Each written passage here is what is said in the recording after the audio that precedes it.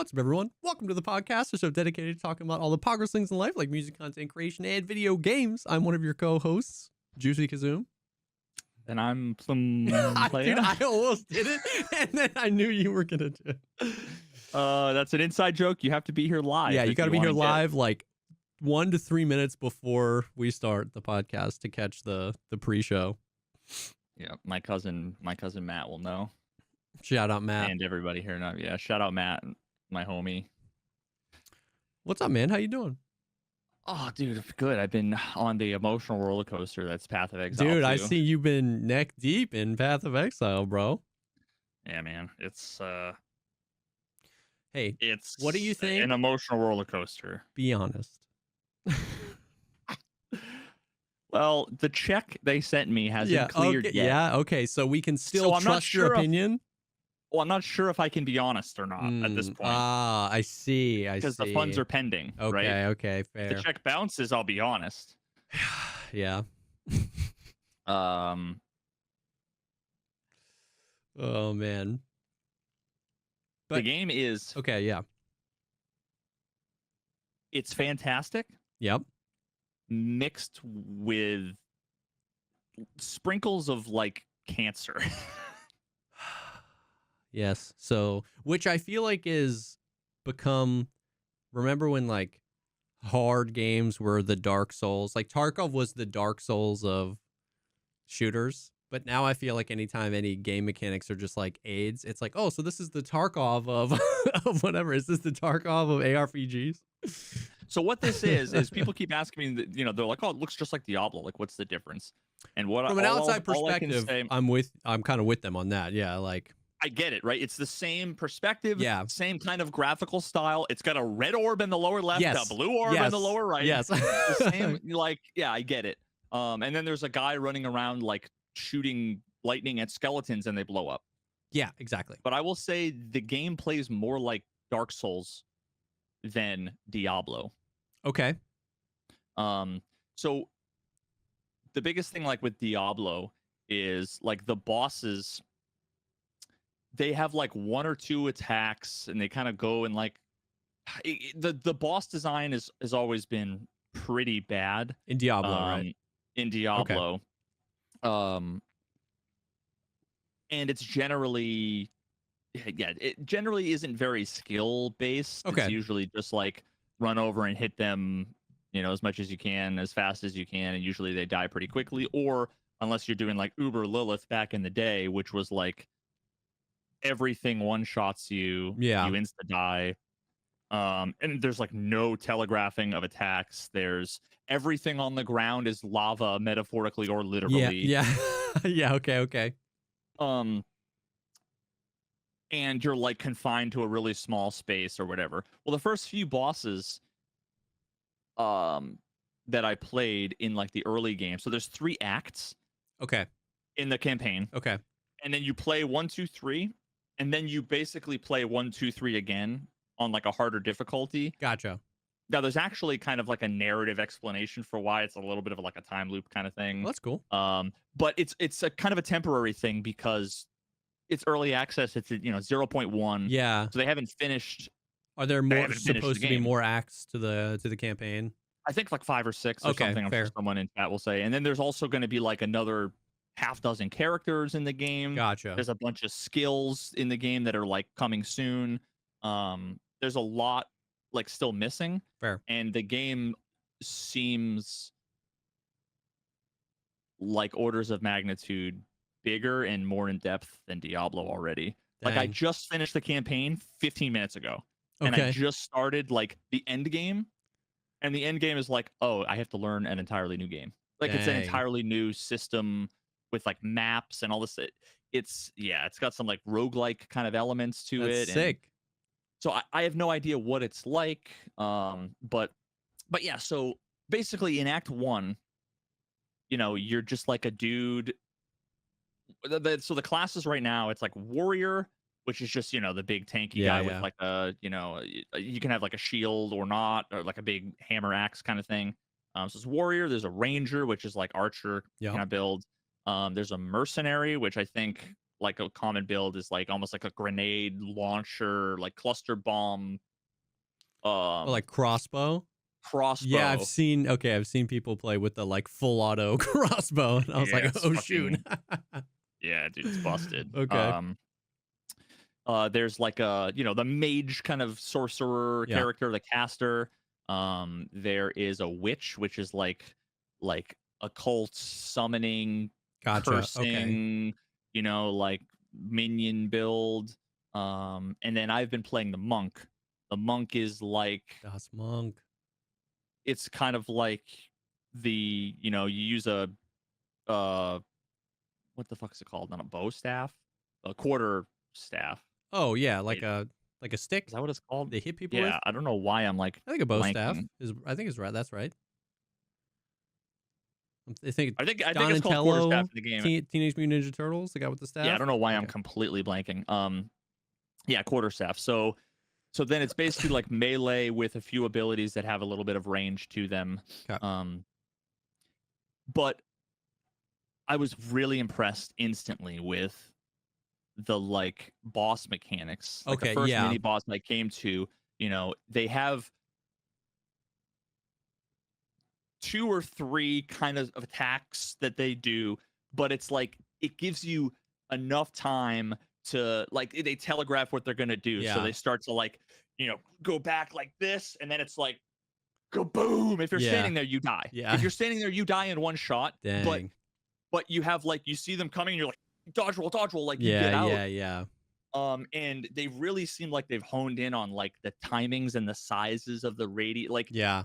I'm hitting. I'm in the middle of an animation. I see him start to do the thing, and it's like by the time the animation's done, I dodge roll, and I'm kaboom, and I'm Yeah. like, oh, I just made it. Yeah. Yeah. Um, you know, and every single boss that I've fought genuinely has had totally unique feel, Dang. design. Some with like lasers. There's one that it's like a narrow corridor, and you're in like this big foundry, and it's like molten gold is like pouring down, and he's like shooting like waves almost, so you have to almost like dodge the waves. Jeez. um yeah, and it's a beautiful game, but so the design of all the bosses is really good. That's sick. It allows you to telegraph, or they telegraph Yeah. their attacks for the most part. And so that's what feels very Souls like, in that like a lot of times you'll go up to a boss and you're like, all right, I'm dead. Mm-hmm. And you fight him, but then like you die, and then typically there's like a waypoint or like a checkpoint Yeah. right before the arena. So you just spawn back at the arena, you walk in and you do it again. And you die and go, oh, okay. When he does that, this happens. And then Yeah. you are excited to hop back in because you're like, oh, I get you now, you son of a bitch. Like, Exactly. So the design of the bosses is I think fantastic. Although like jumping forward a little bit, where I'm at, I shouldn't jump forward. So Act 1 was really good. It's the game is slow.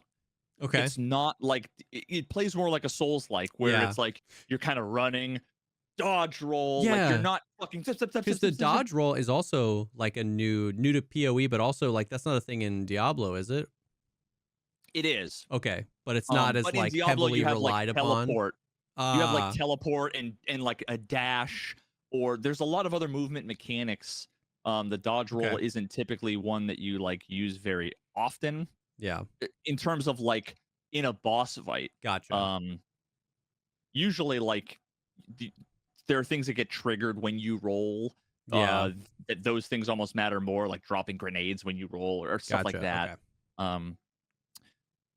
So yeah, it really does feel Souls like, where it's like you see the attack is coming, it's coming in this direction. You have to time your roll, because sometimes you see him about to swing, and it's like, wait, Yeah, okay, boom, and then you hit it and you roll, Yeah. and there's like, I don't want to say like you have iframes in the same way, Yeah. where it's like, but it feels kind of like that. I Yeah. don't fully understand. it feels but rewarding to learn and hit, and like you said, with timings and radiuses of things, like it needs to feel like you can get away. You know what I mean? With a few rolls, as opposed to having these giant things. So that makes sense. That's cool.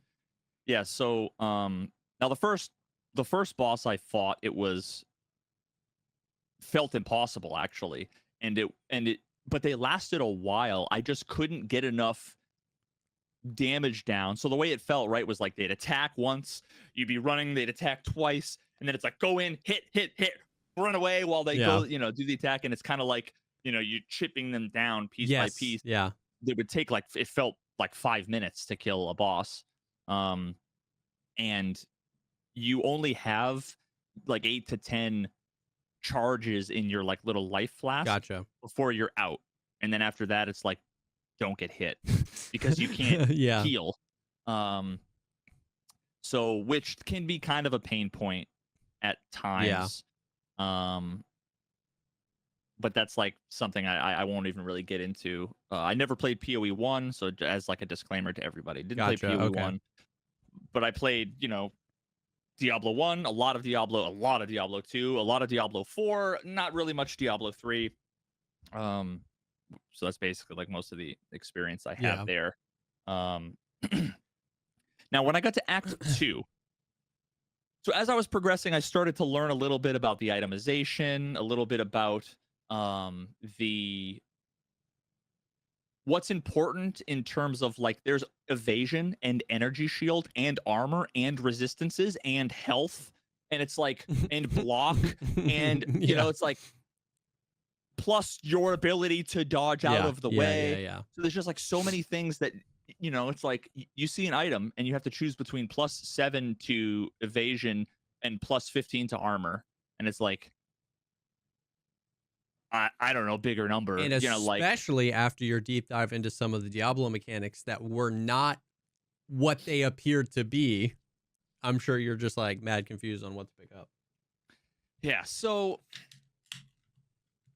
it took me a little bit, but like, so the Act 1 boss, basically everyone was saying like you need to get as much like cold resistance as possible because it's like a lot of cold, and if you don't have a decent chunk of cold resistance, you're just going to get one shot by the mechanics, and a lot of them sometimes can be really quick enough that like you're not going to be able to dodge 5 of them. So you need to be able to survive one of them, heal, and then even survive a second one, and then heal if because the potions take like 4 seconds.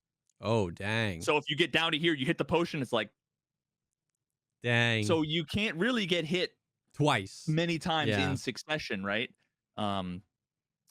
So I started to get everything together, and a lot of people were struggling with the first boss. I managed to kill him in the second or third try. Nice. There were people that were saying they were stuck on him for a while. The monk was just doing well. Like my build was pretty good. I got to Act 2, and I like face rolled through the entire thing. Like my build just came together. And I got a couple of decent items, a couple of upgrades. And I like easy mode rolled through everything. Just ripped until there's like before the last boss fight, kind of one of those like, you climb the dungeon castle sort of thing, except it's on like a big moving platform. Okay. That's like being pulled by like slaves or something like that. And it's just a bunch of like square areas with like bridges, narrow bridges in between them. Mm-hmm. And what happens is you like run over, you see on the other side of the bridge are like 15 dudes, and then like 2 of them flip and like land behind you. Okay. And as a melee character, first of all, you get body blocked. Like all of the characters have like a hitbox. Yep. So if you like run forward on the bridge and like kill 1 or 2 guys, the dudes come in from behind, the dudes come in from the front, and you're just kind of like this, just getting like hit, and you can't, you're pressing buttons and nothing's happening, and then all of a sudden you're dead. Yep. 4.5 hours of spawn, run, hit a guy once, hit a guy, I'm dead. All out of nowhere, just light switch, like boom, now the game's impossible. Yeah. And it was like, what the is going on? It was so infuriating. Honestly, it felt like something was broken. because I went from being totally comfortable Yep. to then I walked from go over the threshold of this thing, and now there's a white enemy. So the enemies are like items where there's like a white, which Oh, is like okay. normal. White is normal. Oh, clip that out of context. Blue is like magic. Yellow is rare. Okay. And then there are like the bosses, right? There'd be like a white mob, right? Yep. And I'd be hitting them, and it would be like blip, blip, blip, blip, blip, and there's 30 of them. Yeah. So I'm like, what's happening? Is something broken? Like, did I like unequip a skill gem? Yeah. Did like it was very, very frustrating and very painful. And that's when some of the other kind of shortcomings of the design on day one really like reared their ugly head, because now I'm not doing enough damage and I don't have enough defenses. How do I mitigate that? Yeah. I can go back like 9 now, and keep in mind too, my character was 5 levels above the enemies. Okay. And I couldn't kill a normal one. Yeah. Did you? So I can go back to an earlier zone and I can just farm trash mobs. But the problem is that I could farm 1,000 mobs, and see in Diablo, I actually don't know if this is the case anymore. It's been so long, I actually forget. Yeah. I'm pretty sure for the most part, if you're playing a rogue, 98% of the items that drop are rogue. They're daggers and crossbows and bows and swords. You're not going to get like a mage staff or like a summoning, focus or whatever. But that's not the case in PoE. And then now also keep in mind that there's, anywhere from 1 to 6 affixes, right? Like plus lightning damage, whatever. And like 80% of them are useless. 20% of them are like what you want, right? You want like these 5 or 6 affixes. Usually you can get like 3, 2 or 3. And then you have, is it a good roll or not? Yeah. And then PoE also has tiers. So you can get like 1 to 7 or 2 to 8, or 3 to. So it's like the roll the tier, the roll on the stat, and then roll on the stats. And it has to be the item you need. Yep. So you can farm for 2 hours and one quarterstaff will drop. Yeah. And it's either a white, a blue, or a yellow. The yellow, you just in the first couple of acts, you just like don't. They're not non-existent. Okay. Yeah. The white and the blue, you can like turn a white into a blue. You can turn a blue into a yellow. You can add affixes. Yeah. But all of that everything's orbs. Okay. Everything's an orb. Everything is There's orbs. a million orbs. There's a million orbs, right? You take an orb and it turns a yellow to a white to a yellow, or a white to a blue, or it adds a thing to a blue, or it adds a thing to a yellow, and then there are 20 other orbs that like randomly change a thing or randomly roll another thing. So you have all of that, okay? And in all of that time, they dropped like one orb that could like add one line item to an item. Okay. Yeah. So it's like let's say I need cold resistance because I keep dying to the cold guy, or I need more damage. So I just need the flat damage modifier on the staff. If I haven't upgraded my staff in like 2 or 3 hours, so you're always at the point where you're like, I don't want to invest in the one I have now, because the moment I do, I'm just going to find one that's better base. And then I will have spent. So there's this weird push-pull where it's like, I don't have enough currency. Now, they address this in a later patch, which I'll talk about. But 4.5 hours, I was just struggling. Pain, suffering, it was impossible. And Dill Hero was like, yo, I've got a staff that might help you, because he's playing a different character. Oh, can you trade? Complete freedom to trade. Nothing is account bound. Wow.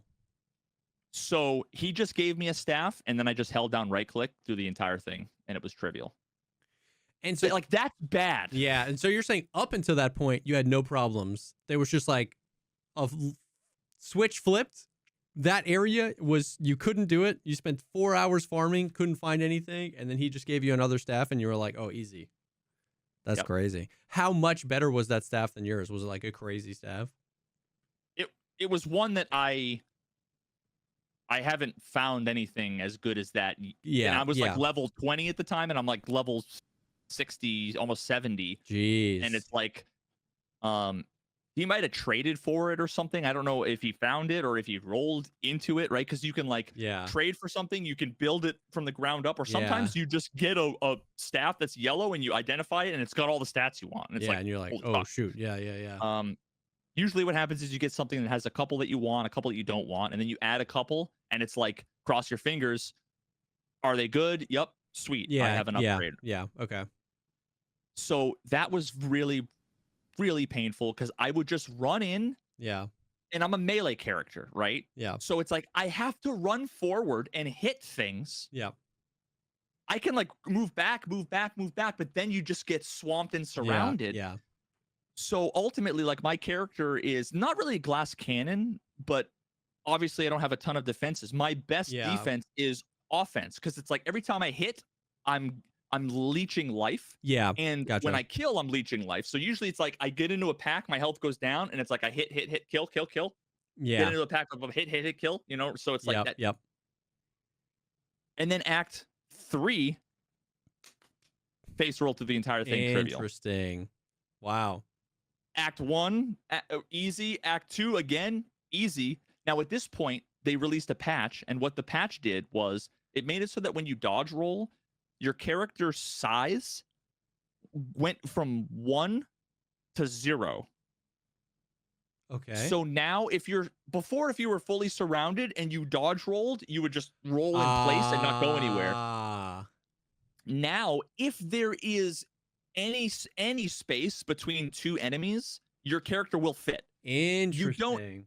You don't phase through, which is something that a lot of games do, and like basically a thing where you can phase through the enemies. They have built-in mechanics for that, which is really nice, because then you getting blocked in.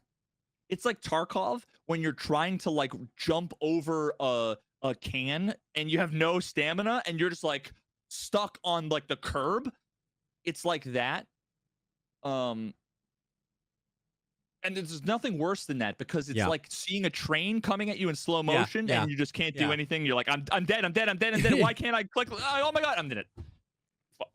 Like, dude, that happened to me today in Delta Force. There's a place where I was trying to mantle up. There's jumping and vaulting, and like my teammates are in a fight. And every time I would go to vault, I would hit something and it would bounce me back a foot. And I was just like, my team is slowly dying and there's no other way to get around. It's going to take me 10 minutes. And I'm just sitting there like bouncing, freaking out. And we lost the fight. And it was that same feeling. I was like, what is happening? It's pain. Yeah. So the dodge roll thing, I don't know if it's in nice. yet or not, but so that was one of the major changes that I'm like, thank Christ. Yeah, I think they also tuned down the difficulty a little bit, or they released like a list of changes. They weren't exactly patch notes. Some of them they implemented, some of them are coming. I'm not really sure. But anyway, it included a bunch of things like that. And one of them was they increased the drop rates of the currency items and the rares. Nice. And so now it's like night and day. Now I can go through the cycle of it really does feel good, and that there's just enough. I usually have like 4 or 5 like exalted orbs, which is like what adds line items to a rare. Yeah. And I 90% of the time I kind of just brick the item. Like, it's just like, 1 to 3 thorns damage and plus 10 to light radius. It's like, okay, well, this item's useless now. Like, throw it in the garbage bin. But every now and then I've rolled a couple good ones and it feels good. So the fact that within like 48 hours, they made changes that were changes that could have swung too far in one direction. That would have been totally capitulating to like uber casual whiners, right? Yeah. But the thing was is that like everyone was complaining. Like Yeah. even the hardcore PoE veterans Gotcha. were like, this area is way too hard. There's not enough drops. Yeah. Like all this stuff. So, which I felt really good about because I was kind of like a small contingent of chat was kind of gaslighting me, being like, bro, all you got to do is go back and like Yeah, just farm and get the man. item. Yeah. And it's like, I can go play for 2 hours in a boring zone and I'm very likely just not going to get an upgrade. So I can imagine it's an insane balance to find, because like if your game just has 7 items and then different versions of those items that go up, then okay, well, because there's such a limited amount of items, you need to grind for a really long time to find the item. But if the game has a quintillion items and you need 3, the drop rates have to be such that you can find the thing, you know what I mean? So it's like, and because these games often have both, where there's like, there are a few items that you need and then rarities of those, but then there's also so many different items, and player trade isn't the thing. Like I can understand how on launch they would want the dial turns to a little bit too rare than too much, because if you flood the economy with items and everyone can just buy whatever, then the value plummets. So I can only imagine how like insane that is to balance. But it is kind of crazy to see that they're already making changes. yeah. So that's sick. And Before we move on, before we move on, I do want to hear more about PoE 2 because I've heard literally nothing but phenomenal things about it. I do want to take a quick second and thank the first sponsor for this episode, and that is Factor. The days are getting shorter, but your to-do list isn't.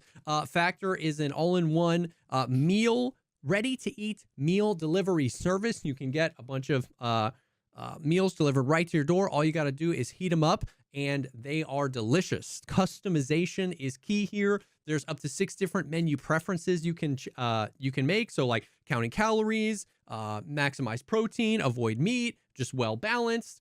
They're chef prepared meals, dietitian approved. You get like a bajillion. It's over 35 meals every week you can pick from. We've worked with Factor for a long time. I've used Factor many different times. And it really, for a guy that just sits at my desk all day and doesn't want to get up and spend 38 minutes on stream preparing food, they really are super clutch.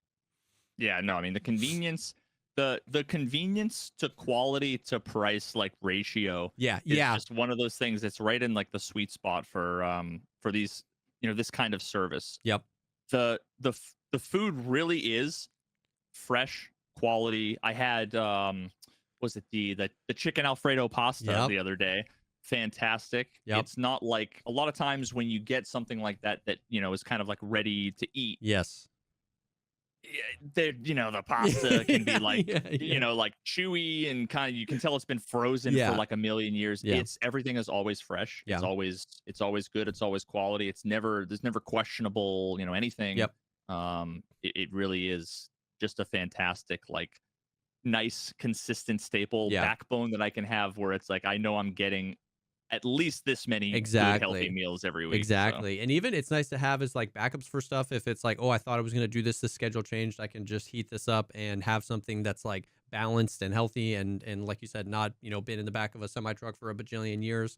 So it's nice. They have over 60 additional convenience like add-ons. They have sent us their like wellness shots before, where they have a bunch of different flavors of those. They've sent us the smoothies before. Those are delicious. All sorts of stuff. So it really is awesome, man. It's nice. Their menus rotate, so they'll bring in a lot of like seasonal items. So you always get something new. You always have the freedom to choose what you want, and it's pretty pog. So you can head to factormeals.com/50podcast and use code 50pogcast to get 50% off your first box plus free shipping. That is code 50pogcast at factormeals.com/50pogcast to get 50% off your first box plus free shipping while your subscription is active. Thank you so much to Factor for sponsoring this episode. Delicioso. Okay, but you made it through I watched, Act 1, 2, and 3. And yep, and I just made it through the campaign again. Like I said, it was an emotional roller coaster because what it was like easy, easy, easy, easy, easy, Yeah, impossible. yeah. And then it's like a lot of things are just impossible. So one of the first things that was like really, really hard after Act 2 was there's this whole like ascendancy thing where it's almost kind of like a subclass. Every Okay. class has like kind of a couple different sort of paths you can go Yeah. to. Now, in order to do that, there are these like ascendancy trials, and one of them, the first one's, yeah, it's kind of weird and hard to explain. But the second one, I thought it was simultaneously really, really cool and complete cancer. The way it works is uh you start off and there's basically 4 like levels. Okay. Each level at the beginning, it gives you 3 choices between like, do you want like ball cancer, colon cancer, throat cancer, right? It's like or it's like, I'll pinch you on your elbow, Okay. I'll cut out your eyeballs with a razor blade, Okay. or insert other terrible thing you don't want here. And sometimes, so usually like a big debuff or some challenge or whatever. Yeah. And then once you do that, you go to the second level and you choose another, and both of them apply, so they stack. Then you go to a third one and they stack. Then the fourth one is a boss, and all of that stacks. Sometimes it's just like there's one where this like weird blood clot like cyst thing like grows in the sky and then like shakes and drops down and does like some amount of physical damage to you. Okay. And it's like, I'll choose that every time because it's just like slow and easy to dodge. Yeah. Then there are some that's like monsters, every hit is a critical hit. And it's like the first one, you kill all the monsters, there's like 200 monsters. And it's like, like, no, I never once chose that. Yeah. Yeah. So you just kind of, there's massive RNG because there's, like 20 possible things you can choose from. And sometimes it's like you get the blood clot and then like a little bit harder version of the blood clot and then a little bit harder version of the blood clot. And then one that's like, Yeah. you do less projectile speed, and like, I don't have projectiles. So it's like, sweet, right? Like, Yeah. it's not a big deal. But then what ended up happening with me, you get to the end and there's 3 different bosses. It's just randomly chosen. The first one that I fought, I can't even describe it to you because I was there for about 0.2 seconds, went up to hit, insta died, and now I have to just go back to the beginning. Like, I went through the 4 cancer, Yeah. and I do that, and what would happen for hours and hours and hours, right? You do 1, 2, you die. You do 1, you die. You do 1, 2, 3, you die. You do 1, 2, 3, 4, get to the boss. All right, I'm gonna learn the pattern. You die. You do 1, you die. You do 2, you die. You do 1, 2, 3. Every time you die. restart, it re-rolls the 20 It's things. just a different. Yeah. Okay. Yep. So it's just different every time. And for every 100 attempts, I'll make it to the boss 5 times and then die almost instantly to the boss. So I don't ever get to learn. Yeah. And there's 3 bosses. So it's like each of them has 3 or 4 attacks and patterns, and sometimes multiple phases. You get halfway through and then they change into, whatever. Yep. And now the one that everyone was like, oh, you're so lucky you got this one. It's like, it's this really awkward, there's like these multiple stage like steps, almost like picture like a Mayan like pyramid of like, with like stairs up the side. And it's like this, I don't know, like kind of, I think it was like a chimera sort of flying thing. And what happens is it like lands, does like a big attack that like if you're anywhere near it, it's going to do like 90 to 100% of your health. Okay. So it's like it lands just like a poof, and then it's like, all right, I'm going to like cast my thing to buff my thing to go in to hit. Oh, he started flying away. And then he flies up to like the second level. So then you run up the stairs, and the character, like I said, the characters are slow. Yeah. So you're just like, now I want to say half of the debuffs are like there's a giant circle of like lightning that if you stand in here, you're gonna get like lightning stormed. And it's like between me and the stairs is just like 2 lightning storm things. And it's like, so I'm just in the middle of a boss fight. It's like, dun, dun, dun, and I'm like, do I just like wait? Can I other stairs? And I can hear like on the second level, and I just can't get there. And then finally I run through, I tank all the damage, and by the way, your you can't refill your health or mana flasks in between any of the things. So there are times where you use them all in the first phase. So you have no health potions for the next. Now you do get to refill it before the boss fight.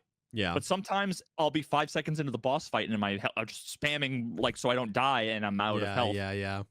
So I like run through the thing, use up half of my health potions just to get up the stairs. I go to hit him once, I swing once, I hit him, and it's like, and then he flies down to the bottom. And it's like, oh my God. Like, I'll take the thing that one-shots me. Yeah. So it was just, and I was, when you open up the map, it'll tell you what level the enemies are, like in the zone. And I was like 5 levels above the enemies. Dang. And it was like, I just ended up saying, I'll come back later. Yeah. Because you don't have to do it. So you just don't get like the whole subclass thing until 2 or 3 hours later when I was like 15 levels above. Yeah. And then I just held down mouse 2. Yep. Beat everything. It was totally trivial.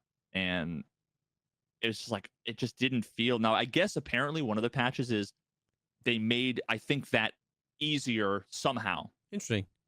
So they balanced that. Now, I tried on the second, act 1, 2, 3, 1, and then there's the cruel mode, they call it. Gotcha. I tried it again. Now, there's like a currency. You need like basically like a ticket. Gotcha. To start. The first time through, they give you the sort of ticket, and you don't lose it when you die. Oh, okay. You can actually go back there and do the like roguelike. There's like 10 different levels. That's cool. Yeah. You only need 4 to get the first thing. The second time through, they don't save it. So like I was like 4 or 5 levels above. I was feeling really good about my character. I'm like, all right, okay, I'm gonna go in. I'm gonna do it. And I died on like the first thing. And it's like, now I need to. I go get played another for 2 or 3 hours before that item just drops. It has to drop before you can. So it's just a rare drop. So that's kind of a little bit annoying. Yeah. So yeah, it basically, the game has been vacillating between feels like it's impossible to I feel like a god. Yeah. And when I feel like a god, I feel like a god. I can like, there's a big pack of enemies that I'm just like hitting them all, turning corpses into like energy charges, calling down lightning. Like it's just epic. I feel really good. And then all of a sudden, boom, I get to this new zone and I just can't. Yeah. Like, so what I was doing right before I finished the like last zone. So an example is these guys cast, if anybody ever played Diablo 2, something called Frozen Orb. So it's like, imagine just like a big, ice kind of ball coming at you that's spinning. And as it's spinning, it's almost giving off like in a galaxy shape. Okay. Like small little spikes of ice. Gotcha. As it's going. So it's going, it's spinning, and and there's like dozens and dozens of these things. Now each one of those did 60% damage to me. And there were 9 guys in a small corridor going. So I'm a melee character. And it's like GG's. So for like 3 hours today in this zone, I have a skill that kind of like scrapes my thing along the ground, and it sort of does like a lightning thing along the ground at like a range, like 15, 20 meters or whatever. So I was playing like a sorceress today. Basically, I was just like ranged. 10 guys come out, I just back up, range. And the moment I'm like, okay, I'm a melee character. Oh, I'm dead. Yeah. I hit one of them and I just die. And there's some other issues I won't get into details, but there have been times where it's like I go to attack and like my character just doesn't do anything. I wonder. I'm not stunned. There's no debuffs. It feels like my mouse died. I wonder, like, how do you think that part of it is just balancing the different classes, not necessarily the classes and the items and the drop rates, but like, I wonder if, a rogue had three other areas where they felt that wall, but the three you felt it, you were like, oh, I was cruising, because it was like these, like you said, a lot of the time it came down to the fact where, like, I'm a melee character, which is fine that not every enemy in the game is easy to kill for a melee character, but it feels like when they're not, they're impossible. And it's like, I Yeah. wonder if ranged characters, all those enemies were mad easy, but they had their own moments where it was like, dude, it's literally impossible. I can't get away from this or whatever. Like, do you think it's kind of just that balancing the classes, not necessarily gear, but how encounters may differ for different classes? Like, do you think you kind of just got shafted, or? Yeah, I mean, I think it's complicated because you want there to be a push and pull between, course, like, casters yeah. are going to be better in this area, whereas melee characters are going to be good and better in this area. I don't know what the solution is. I'm definitely not like a PoE or an ARPG like pro. Yeah. All I can say is, like, this feels Yes. bad. Yeah. And from a high level view, it feels like if the only two things you feel are like nothing is a threat to me, or I am completely incapable of progressing at all, it feels like you might want both of those things in a little bit. And most of the game is in the middle, where it's like you're struggling to make it through, but you can. And because of that, it's rewarding. And so I can see how it's like an arbitrary wall where you just like go through this door and suddenly death, as opposed to, when 3 seconds ago I was untouchable. It's like you kind of want. Yeah. I want to be like, the way that the good boss fights feel, it's like skill based, where it's like, Yeah. I have good reaction time and good decision making in terms of when to attack, when to move. My reaction time and about, like, there's like lasers and waves of fire and things coming down from the top and hammers, and it's like I can put myself exactly where I need to be, right? But when there's 19 mobs in kind of every direction, all casting, while you're casting things, everything is electrified and you're shocking everything. But then also the enemies they're empowered and they're like enchanted with electricity, they look exactly like the ones that I'm electrocuting. So I can't tell, like, who's who. The shit on the ground, it suffers a little bit from what Diablo had, which is like there's too much going on. And not in like the good ARPG way, but like, I don't know. I think there could be some things they can do to make things clearer, because sometimes it's just like everything is going fine and then I just died. And it's like, to who? Where? Why? Yeah. And kill cams in PoE. Well, I have to clip everything, and it's I was trying to cast this thing through this like giant statue, and the statue is blocking my attacks, but not this guy's fireballs. So like I wasn't looking, I wasn't paying attention, because I felt almost like I was safe over here. So it's like little things like that. Or, like a guy off screen does a thing where they like cast the thing, and then like 10 seconds later a big like meteor comes down, right? And that's easy to do when they're on screen and you see them go whoosh. You're like, a meteor's coming down in 10 seconds, I can react. If they're like off screen or you don't see, then it's like you're fighting, oh, suddenly meteor. And you got one shotted, and it's like it doesn't feel like I could do anything. Fair. So there are a few things like that. Now, do you know Kriparian? I forget exactly how to pronounce it. He's like WoW, Hearthstone, Diablo, big streamer, been around forever, ton of content. He came out with a video yesterday, I think, where he talked about a lot of these things about like the one-shot mechanics. There's like too many one-shot mechanics. Talked about some of the things about getting body blocked, about some of the loot stuff. Like, he had a lot of really good takes. I would suggest people watch his video. I agreed with most of the things he was saying, and it's good that like a veteran was saying some of these was things. also feeling that. Because it's easy for, and I have to question myself too, right? Because it's like, am I just bad Yeah. Or, you know, what, and I'm sure people in the comments are Of going to course, say, you of know, course. scale Why are issue you and like, playing a okay, monk? fine, you know, whatever. But you know, when you see me fighting some of the bosses that are challenging, like I feel like I'm a gamer, right? Like Yeah. I'm dodging out of the way. I'm, Yeah. you know, but now the way the game feels is it's either impossible Yeah. or so it's impossible to play your character. Yeah. The alternative is you can go towards the alleyway. The guys start to come, you fall back and you kite out one at a time with ranged attacks. And it's like I could get through this zone. It would take me 5 hours Yeah. and it wouldn't be hard, it would just be boring. Yeah. Like, let me have the power fantasy. Let me go in and hit the guys. And like, if it takes 3 hits to kill me, not 1, Yeah.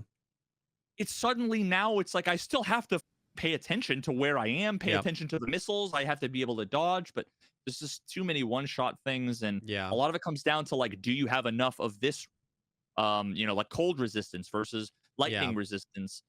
So there's some balancing around that I need to get used to, because now that I know how to do Yeah. some of the itemization stuff, now it's like, okay, I know I have like a cold resist amulet that Yep. I can go back. So when I'm getting frozen, you know, I can at least go and kind of swap out a few things and Yeah. feels good. But so it's either that or now every boss I fight. So here's the thing: the bosses are 1,000 times easier than a normal magic enemy. And there's 17 magic enemies on screen at any given time.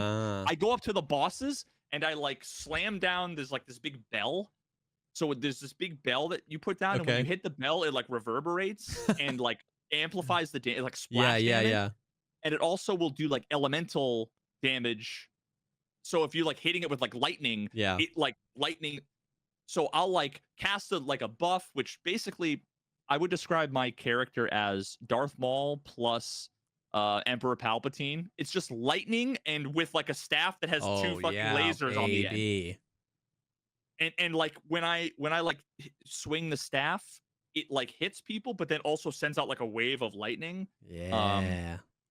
So I'll go through and I'll do that to a boss, and you'll see the health bar go, and they die. Yeah. The bosses are easier. So now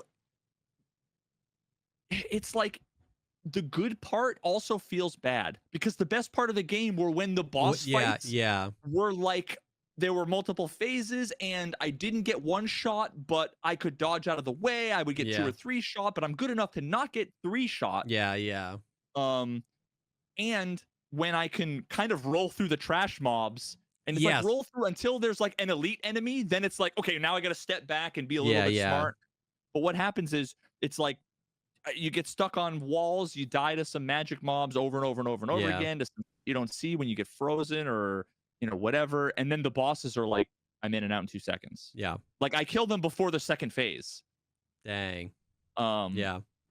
So it's a weird kind of balance. That is interesting. It's cool that they're already like addressing it, and that's, I feel like, huge in your position to have veterans like PoE guys express a lot of those same concerns, because I do feel like they will probably at least help. It'll never go away. You know, the guys that are like, skill issue, man, just play a different, why are you playing monk?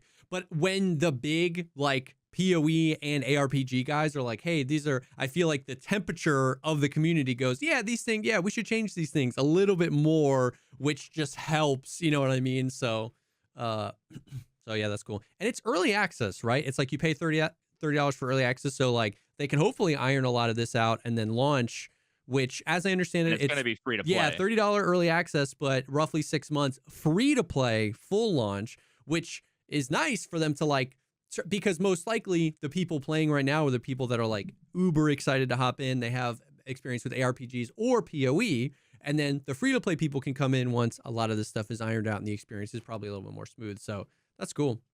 Yeah, so what I want is I want it to be, I love that it's challenging. Like I said, the coolest part was that it felt Souls. It was like a more approachable Souls-like game. Yeah. But far more challenging than Diablo. Like Yeah. to the point where on day 1 or 2, like I would not have recommended like a casual dad gamer. You're not gonna have fun Yeah. playing this. Like I would recommend Diablo if you just want to like watch Conan O'Brien on one screen while you're Yeah. like Yeah. um. So I love that it's challenging. I want it to be in my control, and Yeah. when you don't have a chance to react to things and you Yeah. don't have the drops to be able to change your build or your gear in a way to Yeah. react to things, then you just don't have a choice other than get right. Yeah. And um like you said, the and they're weirdness, moving in that direction. yeah, of like the mobs almost being harder than the bosses. You know what I mean? Like it's like, yeah, yeah, it's like somebody could come in your chat and really passively interpret as that as like, oh, if you're like fighting trash mobs and you're like, this needs to be easier. There's like, oh, you want the game to be easy, but it's like, imagine if Elden Ring, like a random world boss you run up to just stomps you, and then Malenia was like easy. It was just like everybody two-shot her, and she's like the post on the poster of Elden Ring, and we all got to this boss and just two-shot her. Like that would just be Yeah. weird. It's like the power dynamic needs to sit. And like I said, I'm interested to see if it's how much of it is your build, because once again, the same thing, I can only imagine it is a quite literal nightmare to balance not what we were just talking about, which is like balancing gear and drop rates for all the different items in the game, but from a game design perspective, balancing encounters and boss mechanics and mob mechanics to be, you know, ideally relatively equally challenging through the course of Act 1, 2, and 3 for a melee character, for a ranged character, for a mage, for a warrior. Like, that seems madness. So I'm sure there's some part of that in there too. And have you seen the passive skill tree? Dude, yes. I feel like I saw a picture from, I think it was like a tweet of some like news report of it. It's like 4 quadrillion. Oh wait, I don't think that's yeah, it's not gonna work. Fuck it. Yeah, there's like 1,500 things or something. Now, it's not a skill tree. It's most of them are like passive buffs, you know, +5 to this. It's almost like all of the RPG mechanics on one map. Normally you would go into like speed and you would, you know, buff that, or like this weapon and you would buff that, but it's like everything on one map.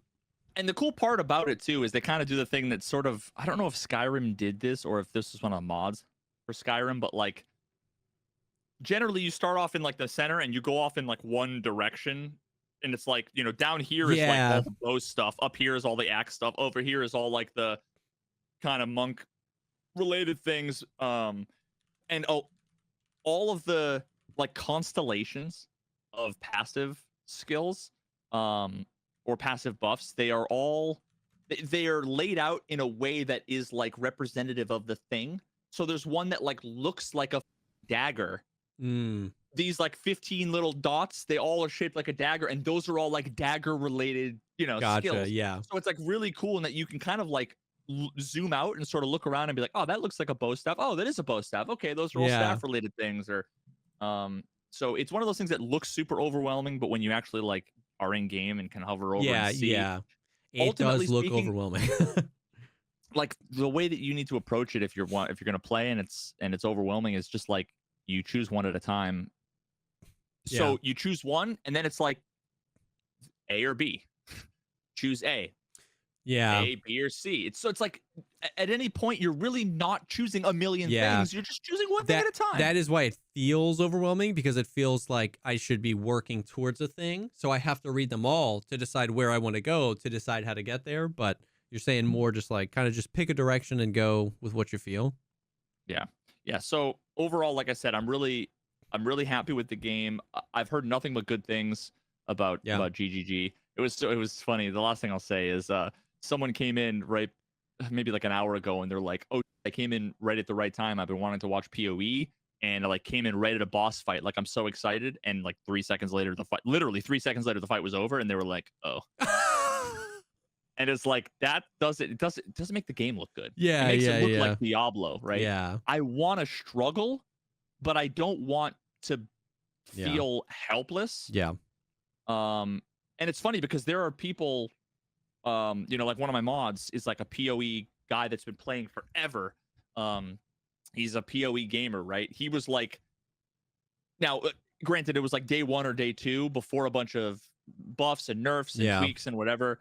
And he was playing a different class, and there's so much that we didn't know, Yeah. right? And he then like the whole time, there were multiple bosses where he's like, I this was really challenging, this was super challenging. I've been stuck on this, I've been stuck on Yeah. that, and it's like, and then I would just beat him in the first try, and it was like, I think that was because he was playing a caster, Yeah. and Yeah. or whatever, or I got there a few levels later than he did, or whatever, right? Yeah. So it's crazy how people can have different experiences, and I Yeah. would argue that both of us probably have, like, if you look at what I chose for gear and what I chose for skills, the Yeah. synergies and the thought process, it's not like, honestly, it's not far from like the meta builds that I'm seeing. Gotcha. But I would say it's probably better than 95% of Yeah. the average player. Yeah. Yeah. Who's just picking up stuff If as they if go. they're Yeah, so unless you follow a build guide, Yeah. my thing is like really, really good. And a lot of people were like, "Oh, you're struggling, maybe you need to tweak this, maybe you need to tweak that." And it's like, if the stuff I have now, Yeah. and like if I'm decently skilled, Yeah. and the gear and the things I have, if they're not working, and I'm 5 levels above the enemies, Yeah. like something's wrong. Yeah. Yeah. I'm like, I feel like something's broken, and I couldn't really pinpoint it, Yeah. like what was broke, and it just turns out like, oh, my weapon needed to have like these 2 affixes on it, and then suddenly like it was trivial. Yeah. Yeah. Yeah. And it's like, nah, that feels, something feels a Yeah. little funky there. So I feel you. That's cool though, man. That is that's sick. That's cool. Yeah. I've seen a lot of good things. A lot of people in chat asking lots of questions, and this is very much like the Elden Ring thing where it's like, dude, it's not my vibe, but hell yeah, love hearing that people are enjoying it. This feels like, I don't know much about ARPGs, but yeah, PoE feels like I wouldn't say the underdog because they're really established, but like I don't know. I guess maybe Diablo just feels so Blizzard now, and Blizzard is so synonymous with almost like EA, right? Like microtransactions and high, sticker cost, and like this evil corporation, and PoE is free to play. And I've seen a few videos from people like Josh Strife Hayes who are saying like they just put so many mechanics and so much content. Like it feels like I heard someone say this almost feels like PoE 3, where like compared to PoE 1, it's like almost that big of a step in terms of like game design. So just hearing a lot of good things, and we love it. We love when good games get released, and we love even more when there's good dev teams that are like actively working on making those yeah, good games better. and they for sure seem like they know what they're doing. They're receptive. They're like good and cautious with responding to feedback. They Yeah. haven't, so far they haven't like taken anything like way too far, or Yeah. all of the changes have been like big W's. The way that I look at it is like PoE is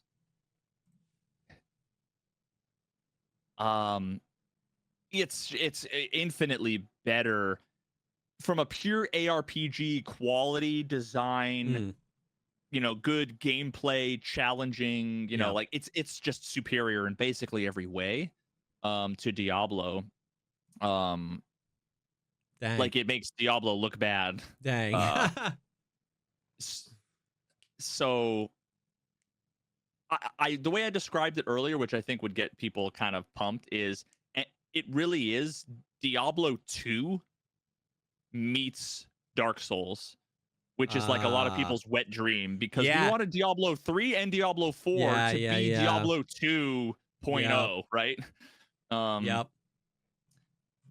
That is really interesting, because Diablo 2 seems to be the fever dream Diablo, the one that everybody remembers, the one that everybody wants every Diablo to be, even though they don't really. So that's super interesting. Now, I will say, I can say this before we transition. Although my gaming rig just blue screen. I was about to say you look kind of darker. Yeah, no, my just blue screen. It's been doing that a little bit more lately. So the whole time while I was playing PoE today, everybody was pretty much talking about GGG, which is grinding gear games, the people who made PoE. They were talking about GGG and and just how they just have such a solid reputation. And Yeah. honestly, like they are like the heroes, and Blizzard are the Yeah, villains see, okay, now. that's what it feels like from the outside. Yeah. And somebody in chat, it's so funny because this conversation was coming on, and then one of my like regulars, John, he came in and said, oh, at Veritas, BSG pushed the recoil changes from the Halloween teaser to ETS right before the podcast. Yeah. Keck W. And then the next message in chat was like a response to an ongoing conversation that says they've built a reputation for 10 plus years. They listen to the community and constantly improve their games. They definitely do it right. And it was like, I tweeted that and I said, while most of my chat was talking about GGG and Path of Exile, I get a little update about EFT. Talk about whiplash reading these few, because it's like, my God. like, oh, they did the absolute worst wrong thing that we didn't want them to do. And all of a sudden it was like, yeah, I'm reading, they've built a reputation for 10 plus years. And I think it's going to be like for, dropping the ball and making all these bad decisions and fixing things. And then I kept reading. I'm like, oh, that's about GGG, not BSG. Oh, boy, oh, boy, oh, boy. Well, we can talk about that a little bit. Before we do, though, I do want to take a quick second and thank the second sponsor for this episode, and that is MeUndies, your go-to brand for unbelievably comfortable clothes, an underwear company that now does so much more than just undies. What do we got today? It's like oh, the little trees, some tree cactus sort of things going. Boy, the audio listeners always miss out when we do the MeUndies things, where you get to see a little snippet of these. Veritas's panty drawer. But MeUndies, a brand, you know them, you love them for their underwear. Literally the most comfortable underwear I've ever worn in my entire life. It changed. I was just like a dollar store underwear guy my whole life. I just didn't even know the world I was missing. And MeUndies, now that the holidays are upon us and it's a little colder out, MeUndies does so much more than that. They got joggers, they got long sleeve shirts, they got pullover hoodies, they got onesies, they got anything you need. And they are, once again, just like unbelievably comfortable. Like, I don't know what they're putting in there, but it is extremely comfortable. Yeah, and it's even more comfortable with the ball caddy. Dude, I'm addicted to the ball caddy now. Ever since I've been doing quite a bit of hiking. Yeah. And I'll tell you, the little in there, just it's fantastic. And I really like the long boxer briefs. Yeah. Dude, I'm a fan. I can't say enough. I've been wearing them for, I don't know, 7 or 8 years now. Yep. There's nothing that compares in terms of quality, in terms of comfort, in terms of design, in terms of the options available. Yep. And that's only the underwear, they're between like the joggers and all the other stuff. It's really fantastic. And like undershirt t-shirts, they have really nice soft t-shirts. And dude, I love cold season because I love a good pair of like lounge pants or joggers, like to wear around the house. They're just so comfy because it's like wearing a blanket all the time, and when it's cold enough to do it, it feels good. And theirs are super nice, super soft. So style for everybody. They got tons of different colors, prints, sizes, stuff like that. Unmatched comfort, responsibly sourced, sustainably sourced materials, and work with partners that care for their workers. And problem-free philosophy. Not happy with your first pair of MeUndies? It's on MeUndies. You can knock out all of your holiday gift-giving needs today with MeUndies. To get exclusive holiday deals and savings all month long, go to MeUndies.com/podcast and enter promo code PODCAST. That is MeUndies.com/podcast. Use code PODCAST. MeUndies, comfort from the outside in. Bam. So yeah, literally I haven't touched Tarkov in like a week, and so the only news is, once again, I felt like Veritas because I got news about Tarkov from chat. I'm normally getting the news, You're normally minute one. The news. Exactly. But yeah, dude, and so I don't know much. All I know is that, I mean, I can pull up the tweet. They tweeted, we're continuing with our series of ETS tests. The main task of this recoil rework is to create more realistic and comfortable recoil mechanics with maximum configuration flexibility. This will allow to make balance changes based on analytics and feedback from players. We invite everybody who's in the ETS to do it. Players who are involved in testing, your participation and feedback allows us to fix bugs. So it's like so weird because I don't know what they're doing. They have such a communication problem because like if we didn't see anything about the recoil and we just read that, it would be like, interesting. I mean, I don't know. Actually, we would still hate it, but it's just interesting. Their verbiage is like maximum configuration flexibility. Like me, that actually does tickle a part of my brain because I have always hated, we've talked about it a million times, I hate that there's like one meta attachment in each caliber, like one meta suppressor, one meta foregrip, one meta this. We've talked at way back in the day when we were both playing Tarkov years ago, we were talking about how there's 800 attachments in the game, 22 of them are viable. And it's like, man, I remember us talking about they should flatten them all to just like A, B, or C tier. You use 100 attachments early game, you use 200 attachments mid game, and you use 200 attachments late game, and you can mix and match them, and they're all fun. So reading that, I was like, oh, okay. And then, then saying this will allow us to make balance changes based on analytics and feedbacks. That also makes me think same thing. It's like, oh, I wonder if they're kind of flattening a lot of the values because then it makes it easier to make balance changes to a bunch of attachments at once. Cool. Yeah. So like if I had just read it, I would be like, I don't want you to mess with the recoil, but interesting. But they have such a weird communication problem because the video they showed was like god awful. It was so weird and it looked like wasn't that what they showed in Halloween? Yes. Was it not this? It literally just looked like the gun was like shaking violently all over the place. It felt like the player wasn't in control of anything and it was just like a machine doing its thing. So it's so weird to like, what I was talking to him about this earlier, and it was like,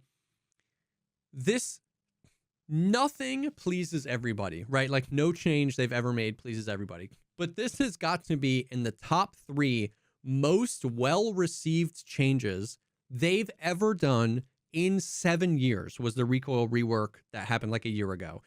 I've had virtually 0 complaints about recoil being too much and virtually 0 complaints about X gun being objectively just the best in the game. Yeah, this is a laser beam. They struck a crazy balance where like that was normally, it was either one way or the other, where the recoil was just ass across the board, or it was like these 2 guns are meta and nothing else is usable. The fact that they would go in at all and spend dev time it up is crazy to me. I don't get it. Now, once again, and even if they are cooking here, if they're cooking, why did they show us that horrendous video? So it's like I'm all over the place emotionally with it because it's like they show us a video and it's just a horrendous, and everyone in the community immediately was like, this is horrendous. So I don't know. Apparently, I don't know this, but apparently they've like assured people that they have not changed the horizontal or vertical recoil values. They're just adjusting the camera recoil, which to me is like, I can't think of a funny analogy. It's just like, we didn't slap you in the face with our right hand. I promise. We slapped you with our left. It's just like 2 sides of the same coin. We took your face and we slapped it into our hand. Yeah, exactly. It's like 2 sides of the same coin. It's like the numbers are the same, but your screen is going to shake. It's like that doesn't make it easier to hit targets. Like, so and wait, you said a year ago my video about the recoil was 2 years ago. It was January of 23. Damn. So it's 1 year and 11 months ago, because they made the change pretty soon after. Yeah, like within a month of that video, I think. No, you know what it was? Right after that video, they basically hot fixed recoil, where they were like, okay, we'll just bring it down, and then it was the next wipe where they like completely redid it. I remember that. Yeah. So I have the video following that was where actually it was 2 videos. Okay, so maybe you're right. So February 1st was when I did the Tarkov is totally changed. Yeah. And I think that was where I was like, the game feels a lot better, I think. And And then like a month before is when I was like, Tarkov is feeling better. Yeah. After Tarkov turning around is starting to feel better. So I think that was after the small changes, Yeah. and then they made the And then bigger they made the changes. big changes. Yeah, But it's just truly mind-blowing to me that they would continue to mess with it when it's in the best state it's ever been, and when so many other things are in the worst state or as bad as they've ever been. And then that they would show such a horrendous explanation for what they're doing and then try to be like, dude, it's fine. So I don't know. It's not in the game. It's on ETS. I haven't booted up the ETS. I haven't even booted up freaking Tarkov in a week. So I don't know. Once again, maybe they're cooking. Maybe they showed us, maybe they got the wrong MP4 and what they're cooking up is going to be dope. I don't know. I doubt it. But that is literally all the Tarkov news. I have been loving Delta Force, bro. Holy moly. It's been so much fun. Yeah. It's been, but like, really though? Like, honestly? but like, honestly, dude, I had you another can tell one. Me after, you can tell me off stream. Dude, how you I really had another feel. one today. And he was like, he was so You can't tell. far Here's the, you gone. can't tell. You can't tell now if it's. See, it's Poe's law, dude. It's Poe's law. Yeah. You can't tell now if these people are a parody or not, because we've talked about it sufficiently that a really clever troll knows exactly what to say to seem like they're far gone. True. You're right. But he was going, well, here's the thing. Here's normally how I know that they're being serious is if I don't take the bait and they can't let it go. Like they message and then I read his message and I like joked about it, whatever.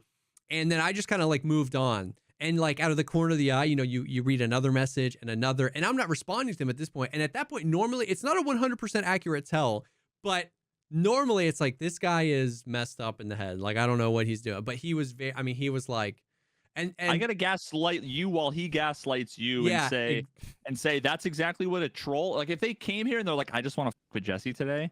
Yeah, I'm just gonna fake it and lie or whatever. That's exactly what they do, because they came in, didn't get a reaction, so of course they're gonna try again, because they have no other goal other than to. I don't around. know. Maybe we just live in a world where like I heard Northern Lion say something in a video where like he was memeing on a guy, and then somebody in chat was like, don't read his messages, you're just giving them what they want, which we've talked about before is almost just as frustrating as a response. Those are the well-meaning people. They're like, don't feed the trolls. And he said something, he responded to that message so quick. He was like, you're living in the past, man. He was like, that's not how it is anymore. It can be both things. They can feel like they're winning the troll and it's genuinely content for us. And that is kind of when today was kind of how that felt, where like, I genuinely thought everything this guy was saying was funny. Like, I was not mad. I wasn't tilted. I genuinely thought it was funny. Like, maybe it's just because of how many times we've dissected it. And so because I think it's funny, every once in a while I'd poke back at him or whatever. And it's like, maybe he was getting what he wanted out of that, but he wasn't taking it from me, because I was also kind of getting what I wanted out of it. I thought that was hilarious. See, the people saying that, like, you're just feeding the trolls, don't give them what they want.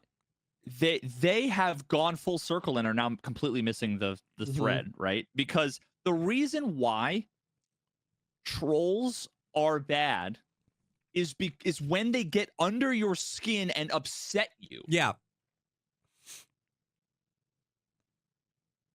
I don't care if someone wants attention and they get attention. Yeah. Doesn't bother me. Yeah. If they are getting attention and bothering me, the problem is that they're bothering me. That's true, because at the highest level view, somebody wants attention and getting it. That isn't inherently bad, because that's what all chatters are doing. When you type a joke into chat, like you kind of want me to read it, and then we all laugh about it, and then that's what I'm doing full time. I'm getting attention. Exactly. From people. And then you are the chatter that was like, everybody, you know, ats you and is like, LOL. It's like, you wanted that attention and you got it. And so like at a high level view, that's not a bad thing. It's like what you said, when the person is taking from the experience, whether it's through bothering you or bothering other people in chat or starting arguments or whatever, and they're getting the attention, that's when it's bad. But if someone's literally out of their mind and we can just like read the messages and laugh about it, like, I don't think that's a net negative on the stream. So that's why it's really frustrating when the well-meaning person says you're just giving them what they want. Yeah. Because it's like now they have gotten what they want because they've turned a chatter against me. Yes. That and you gave them what they wanted by saying that, dude. If you just let me sit there and make fun of them and we all laugh at how crazy and out of touch they are, then I don't care how they feel. Dude, that happened the other day. Oh my God, I forgot. I forgot to tell you this. This happened like last week. Somebody came in to chat and was like, it was like, as a woman, I feel like really unsafe in your community because I feel like I'm constantly getting mansplained to. Okay. But you know how on Twitch, if it's the first thing they've ever said, it says first time chatter. It said first time chatter. So I immediately hit him with my brother in Christ, that's the first thing you've ever said in my chat. I don't believe you. Their next message, damn, I got to work on my baits better. So he one message later, fully admitted to, I was literally just coming in here trying to bait rage. I laughed at it because I was like, you suck at it. And you then just embarrassed the guy. And then 4 messages later, what started popping up was like, woke, wow, keep that out of chat. And I was like, no, chat. No. It was like delayed release. Chat took the bait. I was like, no, stop. He already admitted it. Stop. I felt like it was like I almost nailed the perfect chat interaction where I just like pummeled this guy and embarrassed him. And then at this delayed response, people were like calling. I was like, no, you're ruining this for me. It was so crazy. They were taking it so late. And I was like, no, please stop. It was crazy. Yeah, like if you're one of those well-meaning people, once again, how many times have I said the right response on the internet? Okay, everybody take notes. I'm gonna get like 3 of you listening are gonna change your behavior, and like 90% of you are gonna be like, you don't need the advice because you're normal humans, and then the rest of you are too far gone. Okay, but so like 3 or 4 people are gonna take this to heart. Before you type the thing, take a step back and wonder, how could I be wrong? How could how could this be interpreted in a different way? How could this be? And then either adjust what you were going to write with that in mind, or do what I end up doing 98% of the time, and I just don't end up typing Control A, delete. Yep.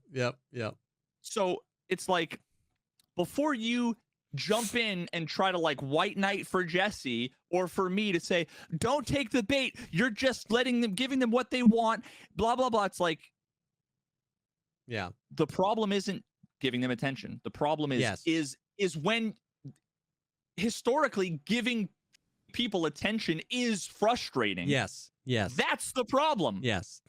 But instead they correlate it with something else and think that that's the problem. But let me make the call on if this is a net positive or a net negative to the stream. Because if it's a net positive, we can all enjoy it and revel in it for whatever it is. Sometimes it's cathartic to be able to interact with a troll and to not get upset and to not let them win. It is very cathartic, Now, here's the thing. They can think they won. Yeah. And I don't care. It's the same as the crazy person who's like, oh, yeah, of course I know the earth isn't flat. You and your NASA shill and blah, blah, blah. It's like, I don't let them win by joking around that I've worked for NASA or by not believing. Like, right?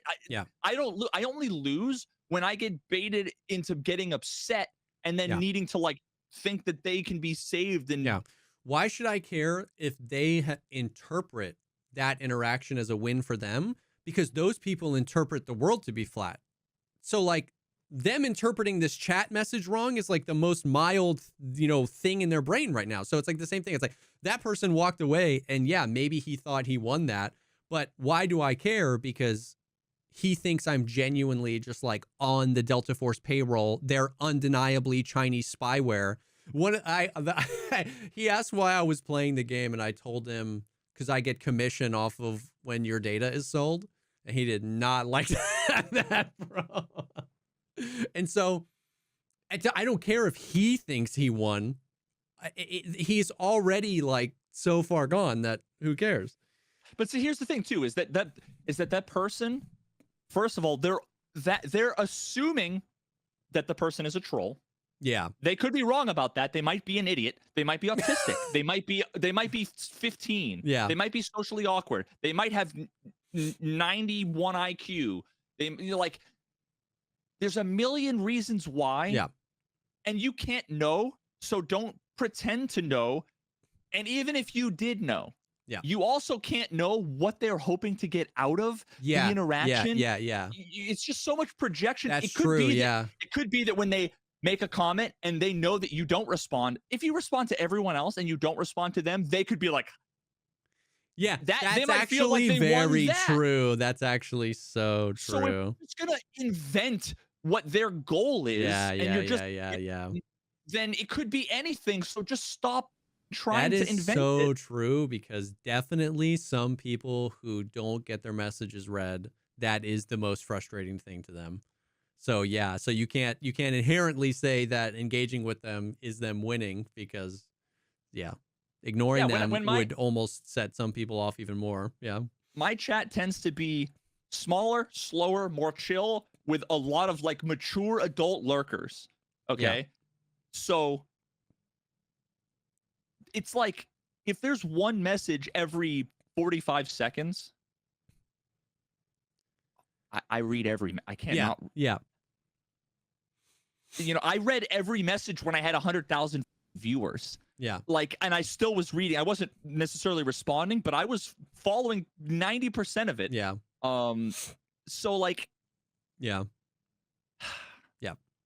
Anyways, so that it's harder actually when it's slow, because then everyone knows. It's the elephant in the room. Yes. Everyone knows. It's like someone comes into the Starbucks and they're like, "I'm going to say a crazy thing," and it's like, yes, we can all pretend like nothing happened, but we all know something. But it's happened. Mad weird. Yes, exactly. It's the difference between somebody coming into a Starbucks and yelling some ding dong, or somebody like standing at like a packed football stadium and somebody saying ding dong. It's like, it's just so different when like people who have like 2,000 viewers and chat's just flying. It's like they gain some power back. They get to steer the ship in a much different way. Whereas when there's 100 viewers or 200 viewers, chat's like in this weird control, because you can't, like, if you say something crazy, it's not just gone. So yeah. Anyways,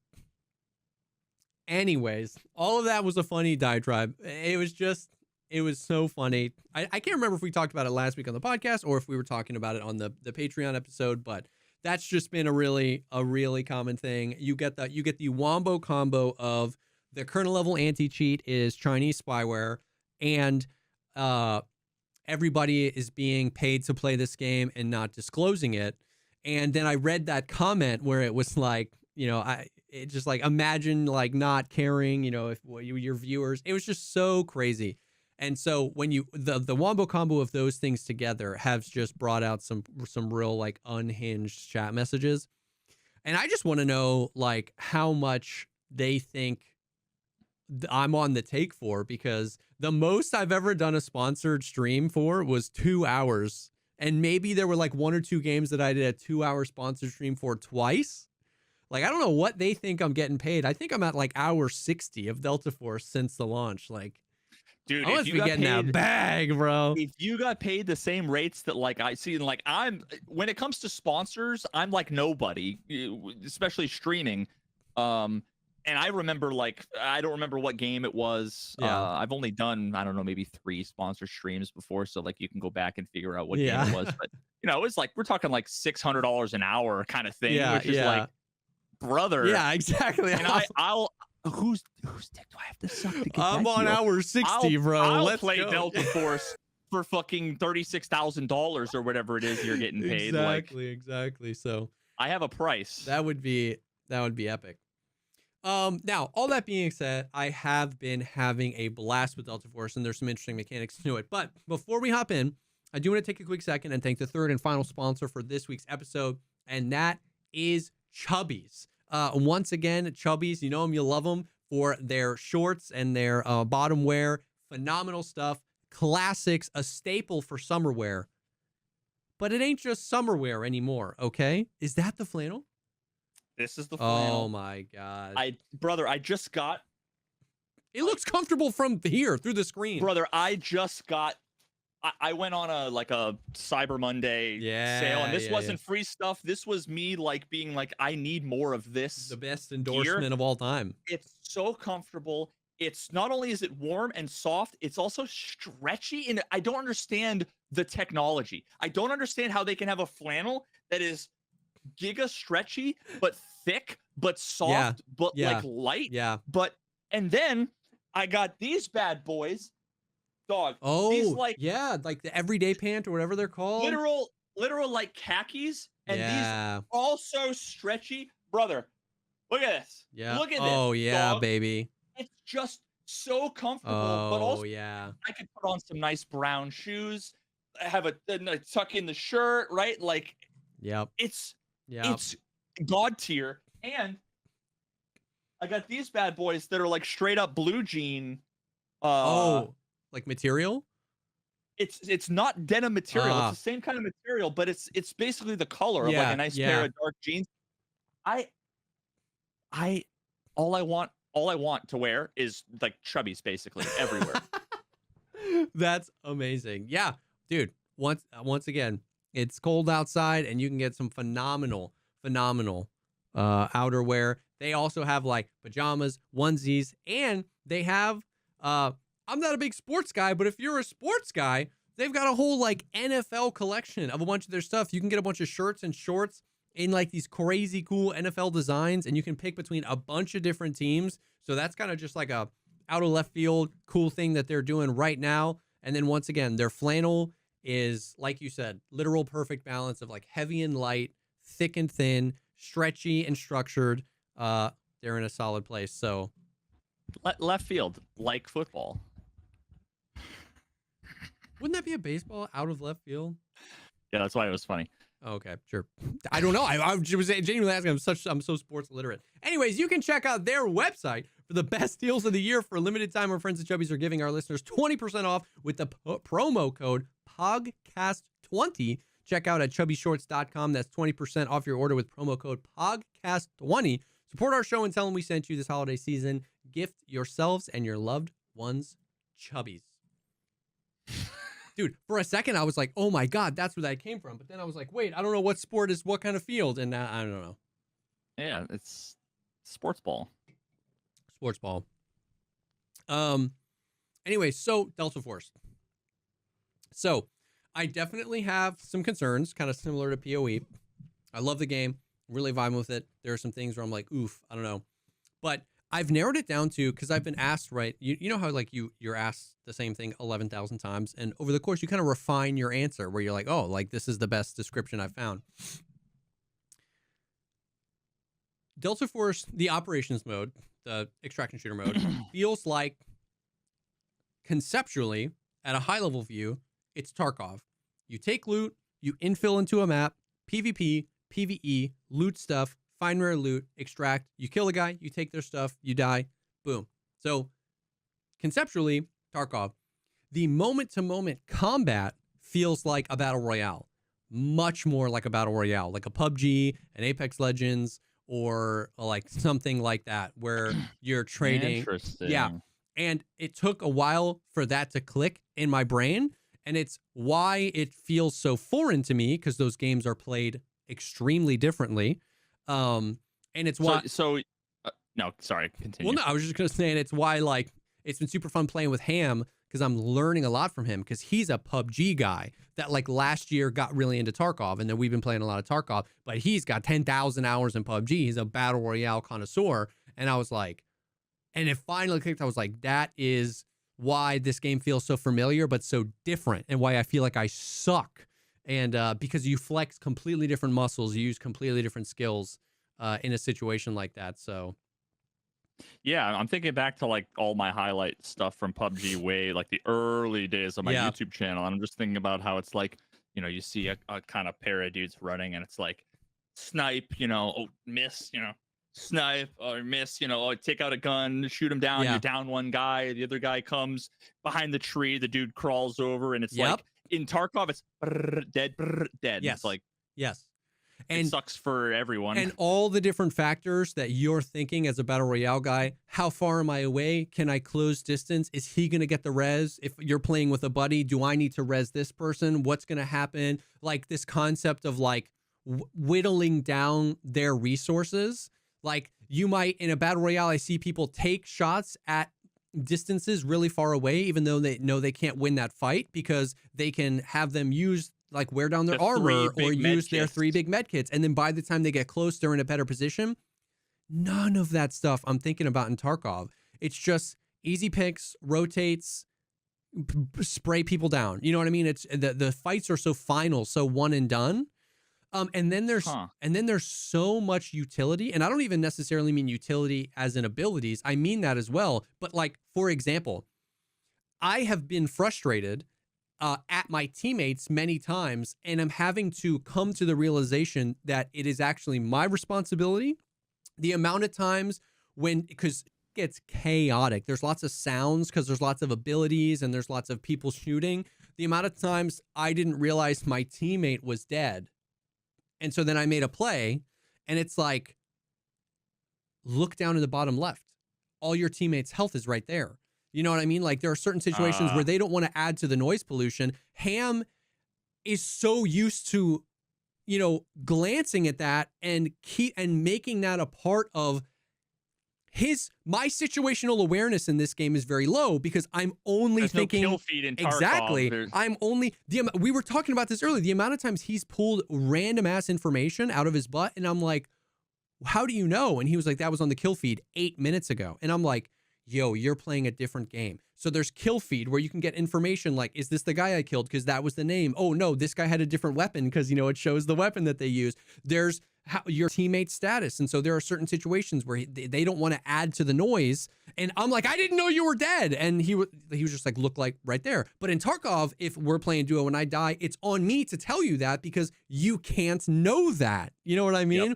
Yep. The mini map, like there's just so many things I'm not used to using. And then having like functional smokes or utility or the ultimate abilities, which once again, we've talked before in the beta where I thought the ultimate, I always thought that the like operators and the abilities, I thought I was going to hate that. And I ended up loving it. I ended up thinking it was like a fresh thing for an extraction shooter, not. And so like so in some ways, this is going to sound crazy, but you'll know what I mean. In some ways, playing this feels like playing Tarkov in 2018. And just in the ways that the highs are really high and the lows are really low, when me, Ham, and Gino, or me, Ham, and Alf, or me, Ham, and Degeki are like flowing and we're like trading shots, using abilities, healing each other, popping reses at perfect times and pushing at other times, I feel like they're bringing me into a whole new world and I'm like addicted to that feeling. And then when we're playing poorly or when I feel like I played that situation really well, but someone on the team didn't and that drugged the whole team down, or when I feel like I'm the weak link, which has been happening a lot because I don't play a lot of games like this, that feeling is a low. I like die in 6-7 raids in a row and I feel like I just can't catch up to how fast they're thinking. But it's tickled something in my brain where like I built my channel. I built my entire Twitch channel and my entire YouTube channel on I suck and I want to get better. I was new to FPS. I was new to PC games. Extraction shooters were brutal. But then you got good. Yeah, but 100%. Exactly. But like one of my most watched series on my YouTube channel is Beyond the Grave, where it was an entire video series about like, I died. This is where I messed up. This is how I messed up. This is what I should have done differently. And so, yeah, I got good enough at Tarkov to kind of just like read chat and kill people all day. Even if I die all day, I've got 100 million rubles, so who cares? So this tickles that 2018, 2019 Tarkov part of my brain where I'm learning, where every single fight, I wish I could just time machine, go back and play that exact fight again. Because no, I made this one mistake. And the stakes seem so high because you can play the numbers game a lot. Like if I fuck up and I die, Ham and Degeki are 2v3 now. And if they're fighting a competent squad, even though they're really good, that can be really hard to do.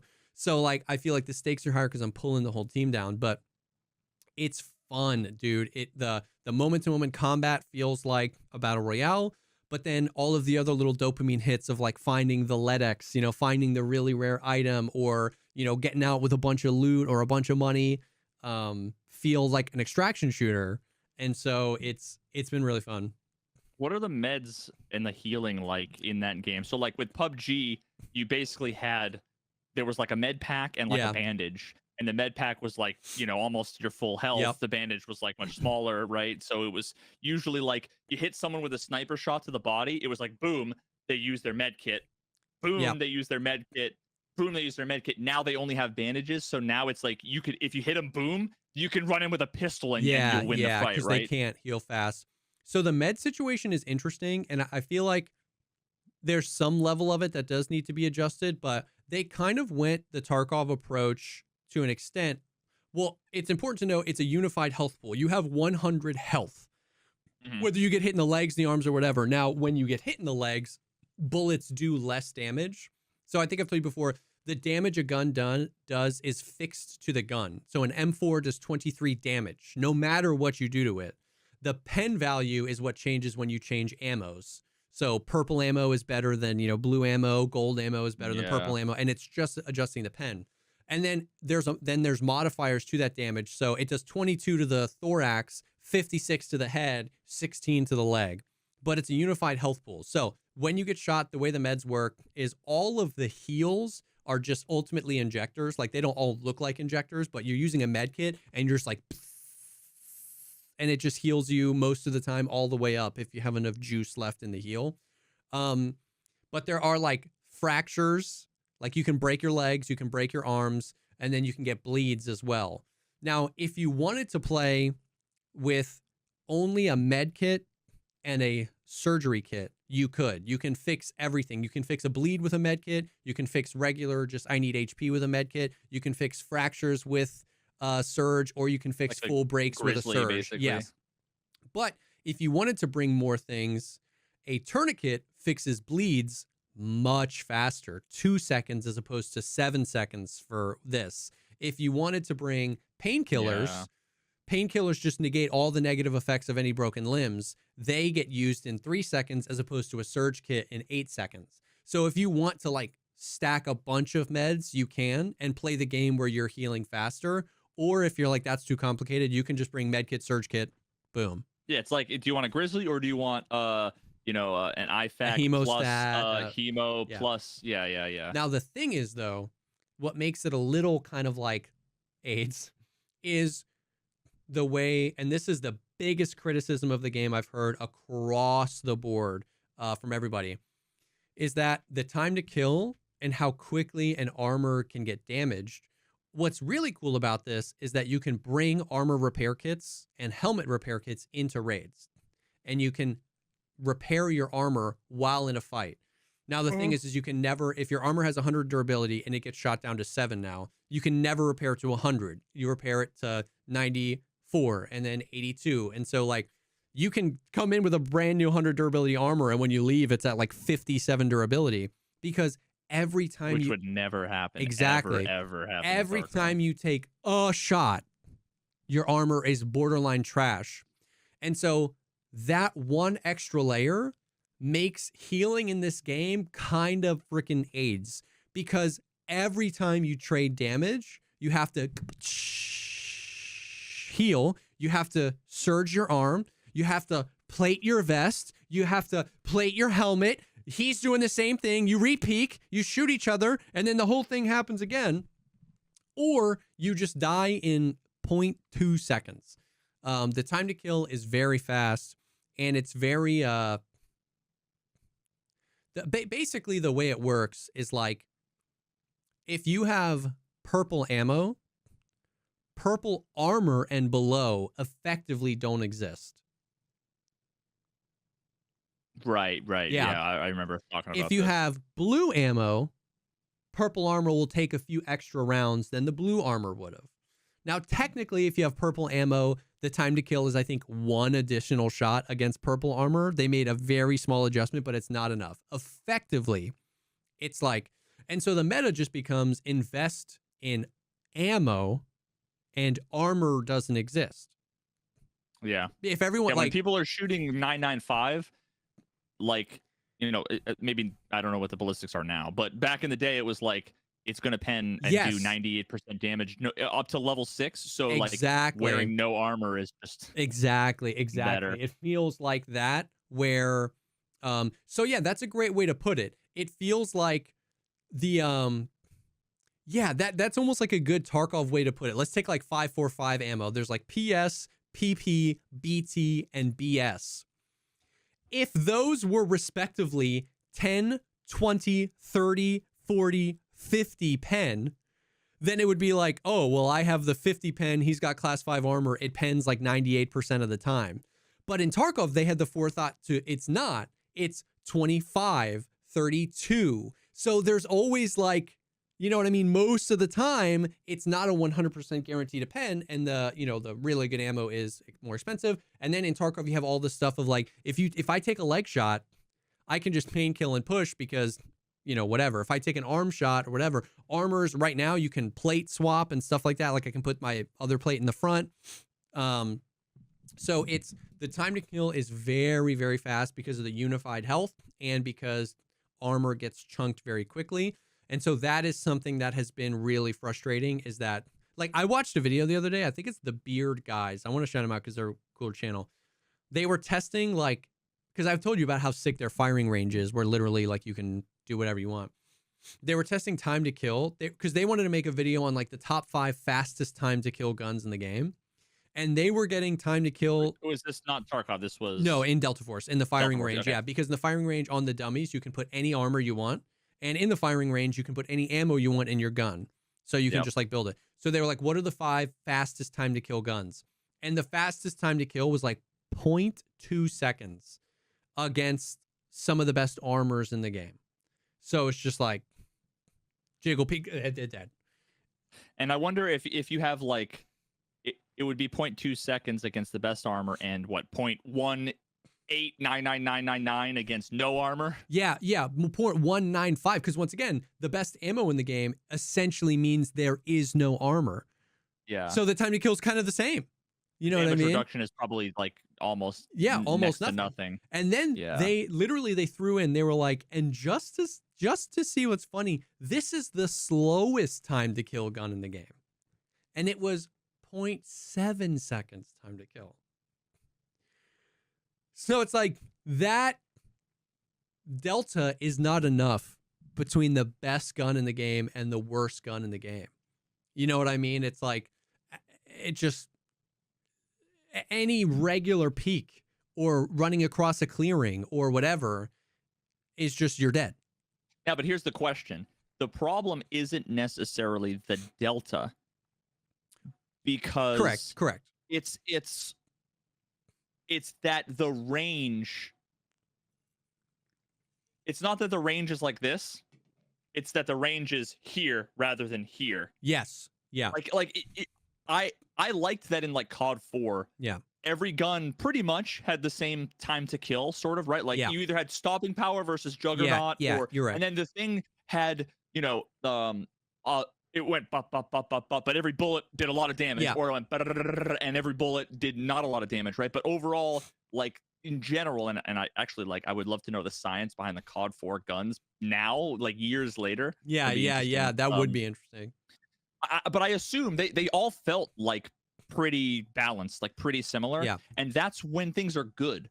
Yes. In my opinion, because like the way you play with a Barrett is different than when you play with an M16, which is different than an MP5, but yet you're equally as deadly, just in different situations, and depending on your skill. So it's cool that like that everything is viable and you kind of can play whatever you want. It just sucks that it's like you have no time versus no time versus no time. If the best time to kill to the worst time to kill was a difference between like 1.5 and 2.0 seconds, you know, it's only a half a second difference, but it's like, oh, that's cool. I can be effective with everything. But if the difference is 0.2 seconds and 0.5 seconds, it's just, you can be that effective with everything. You know what I mean? It's like, it's the equivalent of one-shot mechanics in a game like PoE. It's like, I don't want to walk into a thing and get one tapped. Now, once again, this is one of those things where I totally understand it. People have heard me moan about the time to kill an incredible amount for 2 reasons. A, I die in a lot of raids in exactly 1 second, and B, because a lot of people are coming in and asking what my opinion of the game is, or they're being like, Yeah. hey, is the time to kill fast? So I know that it can very easily appear that I think it sucks. I think the whole system is busted and they need to like drastically reduce it. I definitely think they should increase the time to kill, but I think they should be very careful about it. I'd rather them make a small adjustment that's not enough than go too far. And here's why. Rezzing. If the time to kill crosses too much and the team can res, You'll end up killing someone 17 times, and it'll take forever to kill them. It just gets awful. So because you can res from the down but not out state, and you can res from the full down state once, in a game like that, the time to kill has to adjust to that gameplay style, and it has to be a little quicker, because just because you died doesn't mean you died immediately. That was why everybody hated the armor when the armpit hitbox and the neck hitbox were really bad when they very first changed it, because everything is final in Tarkov. I couldn't be like, oh, that's scav, what the hell, res me, and then keep playing my raid. I was done. So to be clear, I do think that the time to kill in this game needs to be on average quicker, because there's always teams of 3, and you've got the res mechanic. But here's where I'm at, and me and Ham have been talking about this a lot. I don't even have an opinion on exactly how long it should be. It doesn't need to be X amount longer or needs to be like this game. My thing with games, when I feel really good about giving criticism, is when the game tells me the sky is blue and then the game tells me the sky is green. I feel super confident going, hey, something's up. Because it's not me asserting something should be a way, it's the game is telling me two things. Only one can be true. You guys figure out if in this game you want the sky to be blue or green. Yeah. And so what we have is the res system, all that kind of stuff. But then we have 48 different armors. There's 12 in each category. Every gun has 6 ammos attached to it. And then, so I'm like, okay, well, if we're going to have gold armor and red armor and all these different purple armors that cover different parts of the body, you have to make using them worth it, right? Like, I use purple armor and gold armor when I find them, get them as quest rewards, or take them off other players. When I'm building a kit, I'm buying blue armor because I'm assuming my enemy has purple ammo. So why the hell would I buy purple armor? And gold armor is $600,000. Yeah. I can't afford it. So that's where I'm at. It's like, and me and Ham were talking, we're like, you could go, I would actually be fine with either one of these. They could go the more arcadey route where like they remove all the different ammo, like all the different ammos, and now each gun only has one ammo type. And then they just balance each of those against blue, against purple, against red. Or they could go the Tarkov way and actually get more granular and, make it so that, okay, well, against this, there's this damage coefficient in this pen, and, purple against purple now it takes this many shots, purple against blue, goes right through. I'm down with either, but right now you have both. You have a time to kill of 0.2 seconds. And then when I say buy armor, you show me 87 different options. So it's like, that's where I'm like, okay, you guys kind of figure out what system you want. I get why they did what they did, because they obviously wanted the kind of battle royale style combat, and they obviously wanted to appeal to like the Tarkov crowd, but they kind of got to figure out which one they want to do.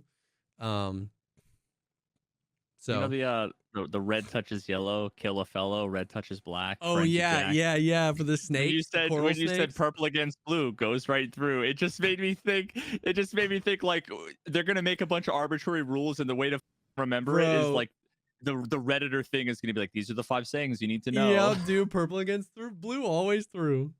That's so funny. Shit. And so like there's obviously a lot of things that they can do, and there's no like right answer. It all ultimately comes down to like the way it feels for most people, right? One of the things that like just came to mind thinking like game design as opposed to super myopic one-dimensional, like, make bullet do more damage, make armor block more things, is like they could also think about what else can armor give you, or could bullets give you? You know, so like maybe the the bullets that pen less, it's more like and again, I'm not saying that I would advocate for any of these, but these are just ideas, right? These are the things you put on the whiteboard and sticky notes and whatever, and then like cross out. But like it could have a lot more camera recoil because it hits harder. But it doesn't necessarily like it doesn't pen, but it like knocks you down. Or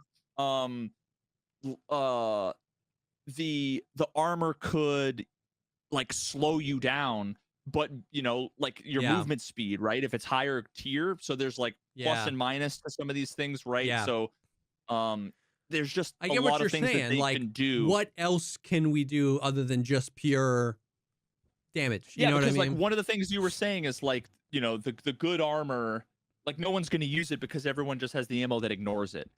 So now in the example I gave is the wrong direction, because you don't want to like nerf the good armor, because you want to incentivize people to want to wear to armor go for it. So you know, in that case maybe it mitigates you know, again, like how much you get like shaken up when you get hit. That only matters if the time to kill is more than a nanosecond, right? But those are just things that they should consider, and that the player base should consider before they start going, just make it the time to kill less, add the bullet damage, get rid of the this. It's like, dude, I hadn't thought about this before, but while you were talking, dude, they should. So this, like, if they wanted to keep the system with the amount of ammos and the amount of armors in the game, you know why it feels, I never put this together. You know why it feels like it sucks? Okay, if you have like M61, right? And I've got a TV rig tier 4. If you hit me in the chest, I'm almost dead because it does like 79 damage to my thorax, but my armor is not that chunked down. But if you hit me with PP 4 times, I took no damage to my thorax, but my armor is halved. So that could be a mechanic where it's like, if it's blue bullets versus purple ammo, the armor durability goes down pretty quick. But if it's purple versus purple and you don't shoot enough to kill me, my armor isn't that chunked down, because that's... So it'll last you much longer. Yes, because that's the thing. Gold armors are not worth buying because gold repair kits are very expensive, and you can only repair a gold armor like 2 times. And if you get hit by anything, that gold armor is like half durability. If you trade fights and you're like... the gold the best armor. Technically there's red, but red's like 1,000,000 rubles. Nobody uses red. So gold is the best. So that's another reason, in addition to it not feeling like it protecting me, in addition to that, the gold armor isn't worth it because it gets destroyed so fast, and it is an enormous amount of financial investment to repair it. And then a scav shoots you, or like a Timmy shoots you with a shotgun, and it's back to 20%, and an enormous investment to bring it back up. And then the third time you repair it, it's 50 durability, and you brought it in at 100, and it costs 600K. So it's like, if they did something like that where the high pen rounds go right through and damage you, but if you win that fight, you don't have to sit there and repair your armor a bajillion times. And then the ones that don't pen, chunk down your armor. I don't know. That could be that. Maybe that would be a bad idea, because maybe the meta would be like, bring ammo and just like evaporate people's armor. But something, you know, there needs to be something. And I know that, like, it's so funny because time to kill is such an interesting thing, because it cuts both ways, if that makes sense. Where, like, I've had an example is, I did a video, my top 3 biggest concerns for Delta Force. One of them was the time to kill. And while the vast majority of the comments were like, oh my God, thank you for saying that. Please, please, God. I've had a few people be like, I love the time to kill. Time to kill needs to be low. It's the only way I can 1v3. And that is true to an extent, right? Like, that was one thing that killed the Cycle Frontier for me. The time to kill was so long, it was impossible to clutch. You need to be able to kill a 3-man with 1 magazine if you well-placed bullets. Yeah, but the thing is it cuts both ways. When the time to kill is super short, you can't reasonably kill 3 people, because the minute that team hears bullets, they all turn and fire at you, and as long as one of them hits you, you're dead.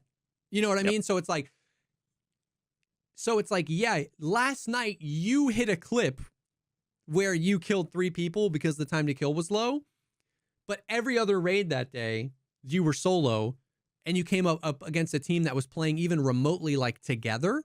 It's almost impossible for you to win because the time to kill is so short. So it goes both ways when you go, it's super short, and it goes both ways super long, right? That's why I was saying it goes both ways, both ways. The longer the time to kill is, the easier it is for you as a solo to escape a situation and live, but the harder it is for you to 1v3. The lower the time to kill, the easier it is for you to 1v3, but it's impossible for you to not fight if you don't want to fight. Impossible. Yep. Because you're just dead. So I understand it's a balance. OG PUBG had it perfect. Yeah. I missed it, dude. Dude. All I did, dude, is I would go into the 4-stack lobbies solo and I'd get chicken dinners, dog. Yeah. I could, because it was enough that like I could peek, right? And I could kill like 1 or 2 guys with a magazine.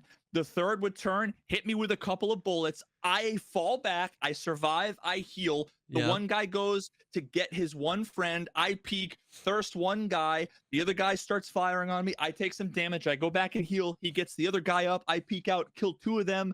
You know, I get hit by the 4th one. I heal. I pop out, kill the last one. It was like 90 seconds of like pure adrenaline. Yeah. I was the better player. I won. I was able to tank a few shots. I was able to hit enough shots on multiple people before they could hit enough on me. Yeah. Dude, it was so good. Yeah. Whatever, like someone needs to go and study the time to kill in PUBG.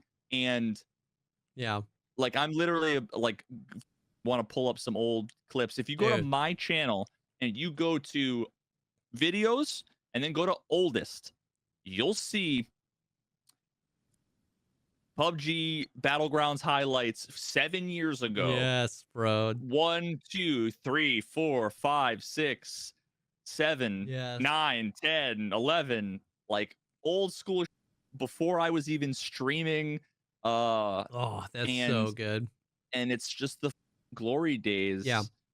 And the recoil was so good too, and that is once again one of the reasons why I feel pretty confident. So very similar. This is actually, it's so funny how similar this conversation is.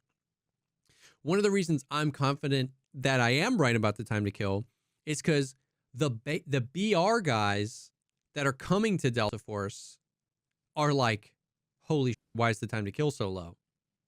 Same with PoE, where it was like, okay, well, I'm an outsider to this kind of combat, but this is how it feels to me. And then you get the people who are like, I'm not an outsider to this kind of combat. This feels this way. And then I'm like, okay, you know what I mean? I'm not saying X Battle Royale has it right or wrong. I know Apex Legends has like a really long time to kill, but that's kind of because they want it to be like the movement skill based. You know, they really wanted it to be, it's too long in that. That was, there's not enough cocaine in this side of Colombia for me to hang with the cracked out kids. I played with Desmond one time and I was like, I've never played a video game in my life. That's what it felt like. So, but like a lot of the BR guys are like, man, I can't do anything. I can't make a play. I'm literally looking at the first clip I found. I'm just sitting in a house with a scar and a guy runs into PUBG and I'm going to hit the stopwatch right when I start firing. And then when he dies, 1.5 seconds. Yeah. And it was like dead. Yeah. Yeah. I can kill 2 guys. And that wasn't headshot. That was kind of like a sort of a panic spray kind of from the hip. So it'd probably be a little bit faster, you know, if I were to hit some headshots. But like 1.5 seconds. What did you say it was, like 0.2? 0.2. And those are body shots, by the way. And to 0.8. Yeah. That's that's getting one shot. Yes. In a fucking ARPG. The most broken gun in the game right now is the Glock. The Glock 8, there's a Glock 18C full auto, 1,200 rounds per minute. You get purple ammo for it, and you just, it's effectively getting one shot. It's just the burst damage is insane. Is the recoil crazy? Not at all. It's a beam. It's broken. Damage fall off starts at 18 meters, so it's like you really can't beam far, but close quarters. That was the 2 other things I was going to say was, one, the thing about PUBG and time to kill as well is engagement distance. In extraction shooters, a lot of extraction shooters, because these are instance maps, and this is no different, the engagement distance is often very close. Whereas in PUBG, you can like fights can last a lot longer because an engagement distance is like medium most of the time, and then it closes in on close. Obviously, right off the rip, a lot of times on hot drops, you're like, it's all close range. But then as you're seeing people around, and the second thing I was going to say, dude, I was going to say it and then I lost it, and then you reminded me of it and then I lost it again. What were you just saying? PUBG? Oh, yes. Another thing is, I do think headshot time to kill should almost not be adjusted at all in Delta Force. That's like a core experience of, because there are headshot multipliers for how much damage is done, and like a core extraction shooter experience isn't getting one tapped in the head, but a core extraction shooter experience is to always be afraid that you could die at any moment. Yeah, so you're just not sitting there standing in front of a window AFK. Because that's the thing in Apex is like, a good squad is not worried about just like, oh my God, I'm dead. What happened? They know, especially when they're playing pubs, that they can make a play. But in Tarkov, you can get one shot. You know, the meta helmets still to this day are like ULACs that don't cover your face. Like an AI scav can kill you. A player scav can kill you. And so I think the time to kill in Delta Force needs to increase, but I think we need to retain that fear of death. And that's something me and Ham said so many times, where it's like, dude, I just got 4-shot body shot thorax in a nanosecond and I'm dead, and I've got some of the best armor in the game. That sucks. If that guy hit 2 or 3 consecutive headshots on me, GG's. Like, you're a god, bro. But the fact that, like, when the meta is don't aim for the head, that's rough. You know what I mean? Because it's like the headshot time to kill is almost no different than the body shot time to kill, and it's so much easier to hit body shots. So that's the other caveat with time to kill should increase. We should retain that fear of death. You know what I mean? Especially since the reses are there, and that helps retain, even with a slightly longer time to kill, a soloable 1v3. You just have to play it right. You got to hit those headies, boom, boom, boom. You know what I mean? So that was the other thing.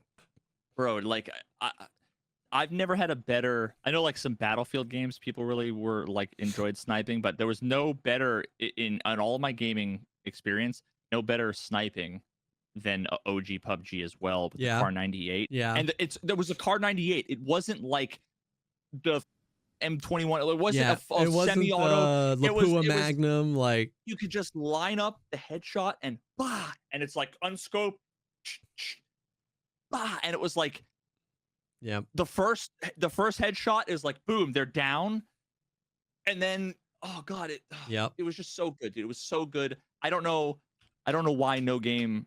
There's a video that keeps showing up in my YouTube recommendations that's like why it's like a sniper rifle, and it's like why snipers are like so hated, or like a challenging design thing for. I keep meaning to watch that video actually. Yeah. Anyways, so Delta Force, however, very fun.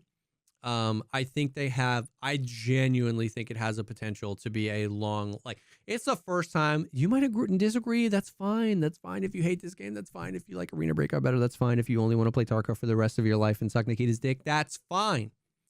I think this is the only extraction shooter I've ever played that's not Tarkov, that it's like, I could see myself playing this 2 years from now. Like, I'm not done Tarkov. I'm not going to quit Tarkov. I'm actually more excited for the wife because I've been taking a break from Tarkov. But like, this has a lot of potential. They could squander it, but I think it has a lot of potential. It's been fun. It's been mad fun. So the only other like gaming related thing is, did you see Fortnite? Fortnite's an extraction shooter. Not just that. Did you see Fortnite released like CSGO in Fortnite? A search and destroy first person. It's the only first person Fortnite experience ever.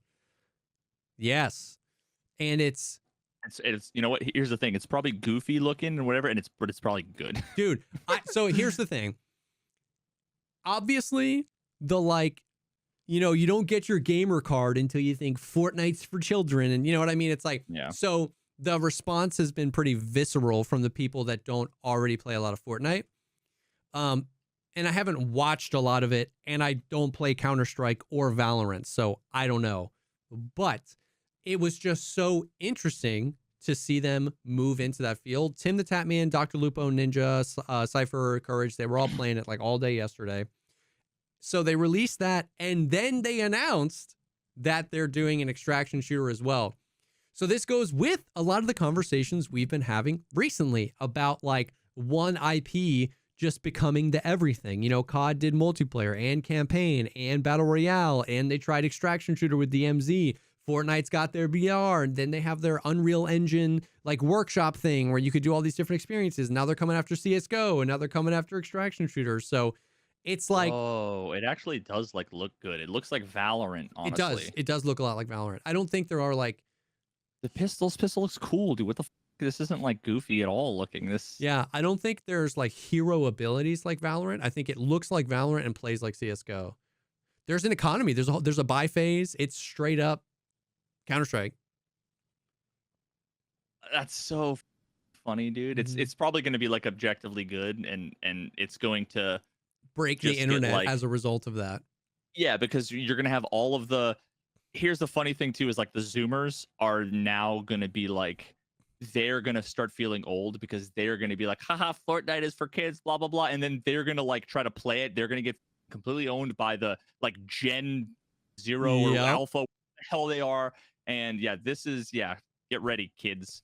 You're about to start getting your first grays, getting owned by John Wick in Fortnite. Yep.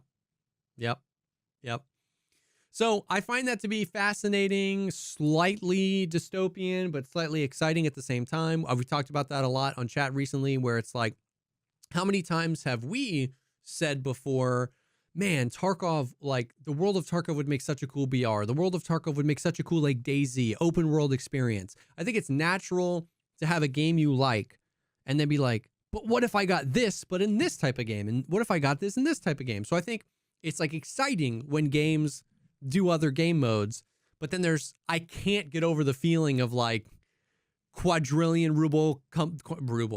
dollar company just like making one game in every slot and dominating because you already have $700,000 worth of skins, which means you're never going to try any new game because you can just play this and all the games are in the game. Like, I can't decide where I land in between those two things, you know? Bro, yeah. The guns like look like that looks like a SCAR. That looks like a AK. Like it's not the pump shotgun. That's a Vector. Yep. UMP. Like these look. It's not goofy looking. No, the guns like, characters are like, this guy's John Wick. This guy's a robot. This girl is like an Peter anime Griffin. character or whatever. But like smoke grenade, flashbang. I bet they actually work. Yep. Rifles, shotgun. Yeah, I mean, yeah, dude. It just like it actually looks. Everything's like olive, like drab green, or like desert tan or black. Like it looks mature, and it looks like solid. Oh my god, the optics, like the dots on these, like look really good. The recoil looks laser beamy in the way that I want in a game like that. Yeah. You know, like you don't want crazy recoil. You either want set patterns like the AK and CS:GO where you can like memorize it, or you want like no recoil. Yeah. And have it just be an aim duel between two people who can put their cursor on the other person faster, right? Yeah. Interesting, man, right? Interesting. Yeah, dude. Yeah. So they're making big moves, I might try that. There's no building, right? No. Thank Christ, because I don't want to build a Walmart in the middle of my they made a couple of maps bespoke for this, and dude, I might be more into this than Valorant even, because like if even Valorant, it got to the point where I haven't played in a while, so now I don't know. The Spider-Man has the ability to teleport but footsteps behind me, and then he makes a clone of himself. And then curveballs a flashman. Like that's like, all right, there's too much I've missed. I don't know. It's like Magic the Gathering. I have to learn 19 new characters and practice and get good. And this is just like more pure. as someone who's played a lot of CS:GO and played a lot of Valorant, I would be very interested in your opinion on it because I've played zero of either, and every time I pull up a tab of somebody playing it, chat just like erupts in like Fortnite, and I'm just like, oh my god, dude, freaking chill. Interesting. And I wonder, is Fortnite free to play? Mhm. Oh god. Oh yeah. I'll probably play it at least once. Dude, get in there with the default skin and just style on them, bro. It's I'm gonna been like, instantly drop $600 on skins for the one day I play. yeah, And it's like freaking. I mean, I'm sure there are live service games that have been around for longer, but like at this point, it's like 7, 8 years of new skins in the shop every couple of weeks. Like it is, there's more skins in Fortnite than there are grains of sand on the seashore, man. Holy moly. Anyway, so yeah, maybe check that out. yeah, this is super random. Real quick, I want to ask. Yeah. I just saw a video and it was kind of mind blowing. And the answer is going to be no. I know it's going to be no. So this is all going to kind of be moot. But did you ever see the movie Passengers? No, but I know it's the one with the girl and the guy, Chris Pratt, and the Hunger Games girl, Jennifer Lawrence. Yeah. Yep. Damn it. Okay. I watched a video. It was like a video essay on if they told like it was, I forget exactly what it was called. It was something along the lines of like Passengers, but out of order. Okay. So the whole plot of the movie, right, is, do you know anything about it? Yeah, they're zipping They're around. they're on the ship that's supposed to be your like hypersleep for like 150 years or whatever, right? Something malfunctions and he wakes up like 9 years in, and it's like, oh, he's just going to be alone on a ship for 100 something years. He goes through all the like stages of grief, and then sees her, this beautiful woman, decides to wake her up, but doesn't tell her that. Yep. Basically plays it off like it was a malfunction. They fall in love. Everything's good. She finds out, blah, blah, blah, all this stuff. Yep. Then there's the tension. And then there's like, oh, the ship is going to explode. He's going to sacrifice himself. But she saves him. So that's like his redemption. Happy ending, right? Yeah. Well, this basically says if you told that from her, because it's entirely from his perspective. Yeah. There's like 45 minutes of him like playing basketball alone and like eating all the food and just like chilling alone and kind of going crazy. It gives you enough time to really be like, yeah, what he's like, him doing this terrible thing is like totally reasonable. Yeah. Like I would go crazy too. But telling the story from her perspective, imagine like you wake up and there's a guy. And what's the craziest thing, dude, is that all of these scenes, without any context, it's like a horror movie. Oh, yeah. Chris Pratt straight up, because he's like a little awkward and sort of scared, he doesn't want to like, say anything. It makes him seem like a psycho. Like Jack Nicholson from The Shining, dude. Yeah. Like he's just like standing there saying weird things. So you're like trying to figure out like, is this guy crazy? Is he like a murderer? Like, should she trust him? Then the relationship builds, blah, blah, blah. And then all of a sudden there's this moment of, oh my God, the betrayal where you figure it out the same time she does. Watch the movie. It's fantastic. And that's the that I love, where it just reminded me just now, actually, of like the movie was fine. Yeah. It was like, I'd watch it again. Totally fine movie. Yeah. It's one of those, like, it was a C+. Yeah. But the re-edit. But the re-edit would have been like actually incredible. Yeah. It could have ended. And what the alternate ending that he basically said was, imagine if he sacrificed himself for her. It actually happened. She's like alone or whatever. And then she's alone for 10, 15 years. And then it would end with like her looking at someone in a pod, like pondering, and it just ends and it's like, oh my God, that like, would full circle. Yeah. That's basically, I just thought of this now, and I'm gonna make some enemies in the last 10 seconds of the podcast, but I was just thinking like, that's what I'm thinking when I think of what Stalker could have been with like the right changes. It could have been like this incredible thing, but everybody's like, the movie's incredible, dude, the movie's great. And it's like, yeah, the movie's okay, but it's not The Shining, right? Like, stop acting like it's Interstellar when it's just Avengers 2. You know, like it could have been this amazing thing Yeah. if they just thought about it, put some, whatever. Anyway. I love it. I love it. Well, that is the stuff. That is the stuff, dude. Good talk. I'm glad to hear PoE is crushing it.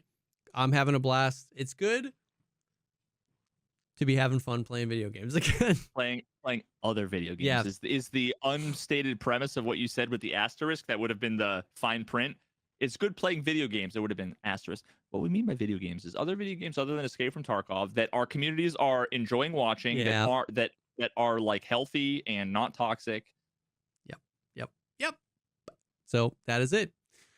If you would like even more podcast content, you can go to patreon.com/thepodcastpod where we post these episodes early and ad free, and you can get an additional episode every single week. We've been doing some react. Yeah, some like reacting to some music and stuff like that. So lots of cool stuff over there. Thank you again to Chubbies, MeUndies, and Factor for sponsoring this episode.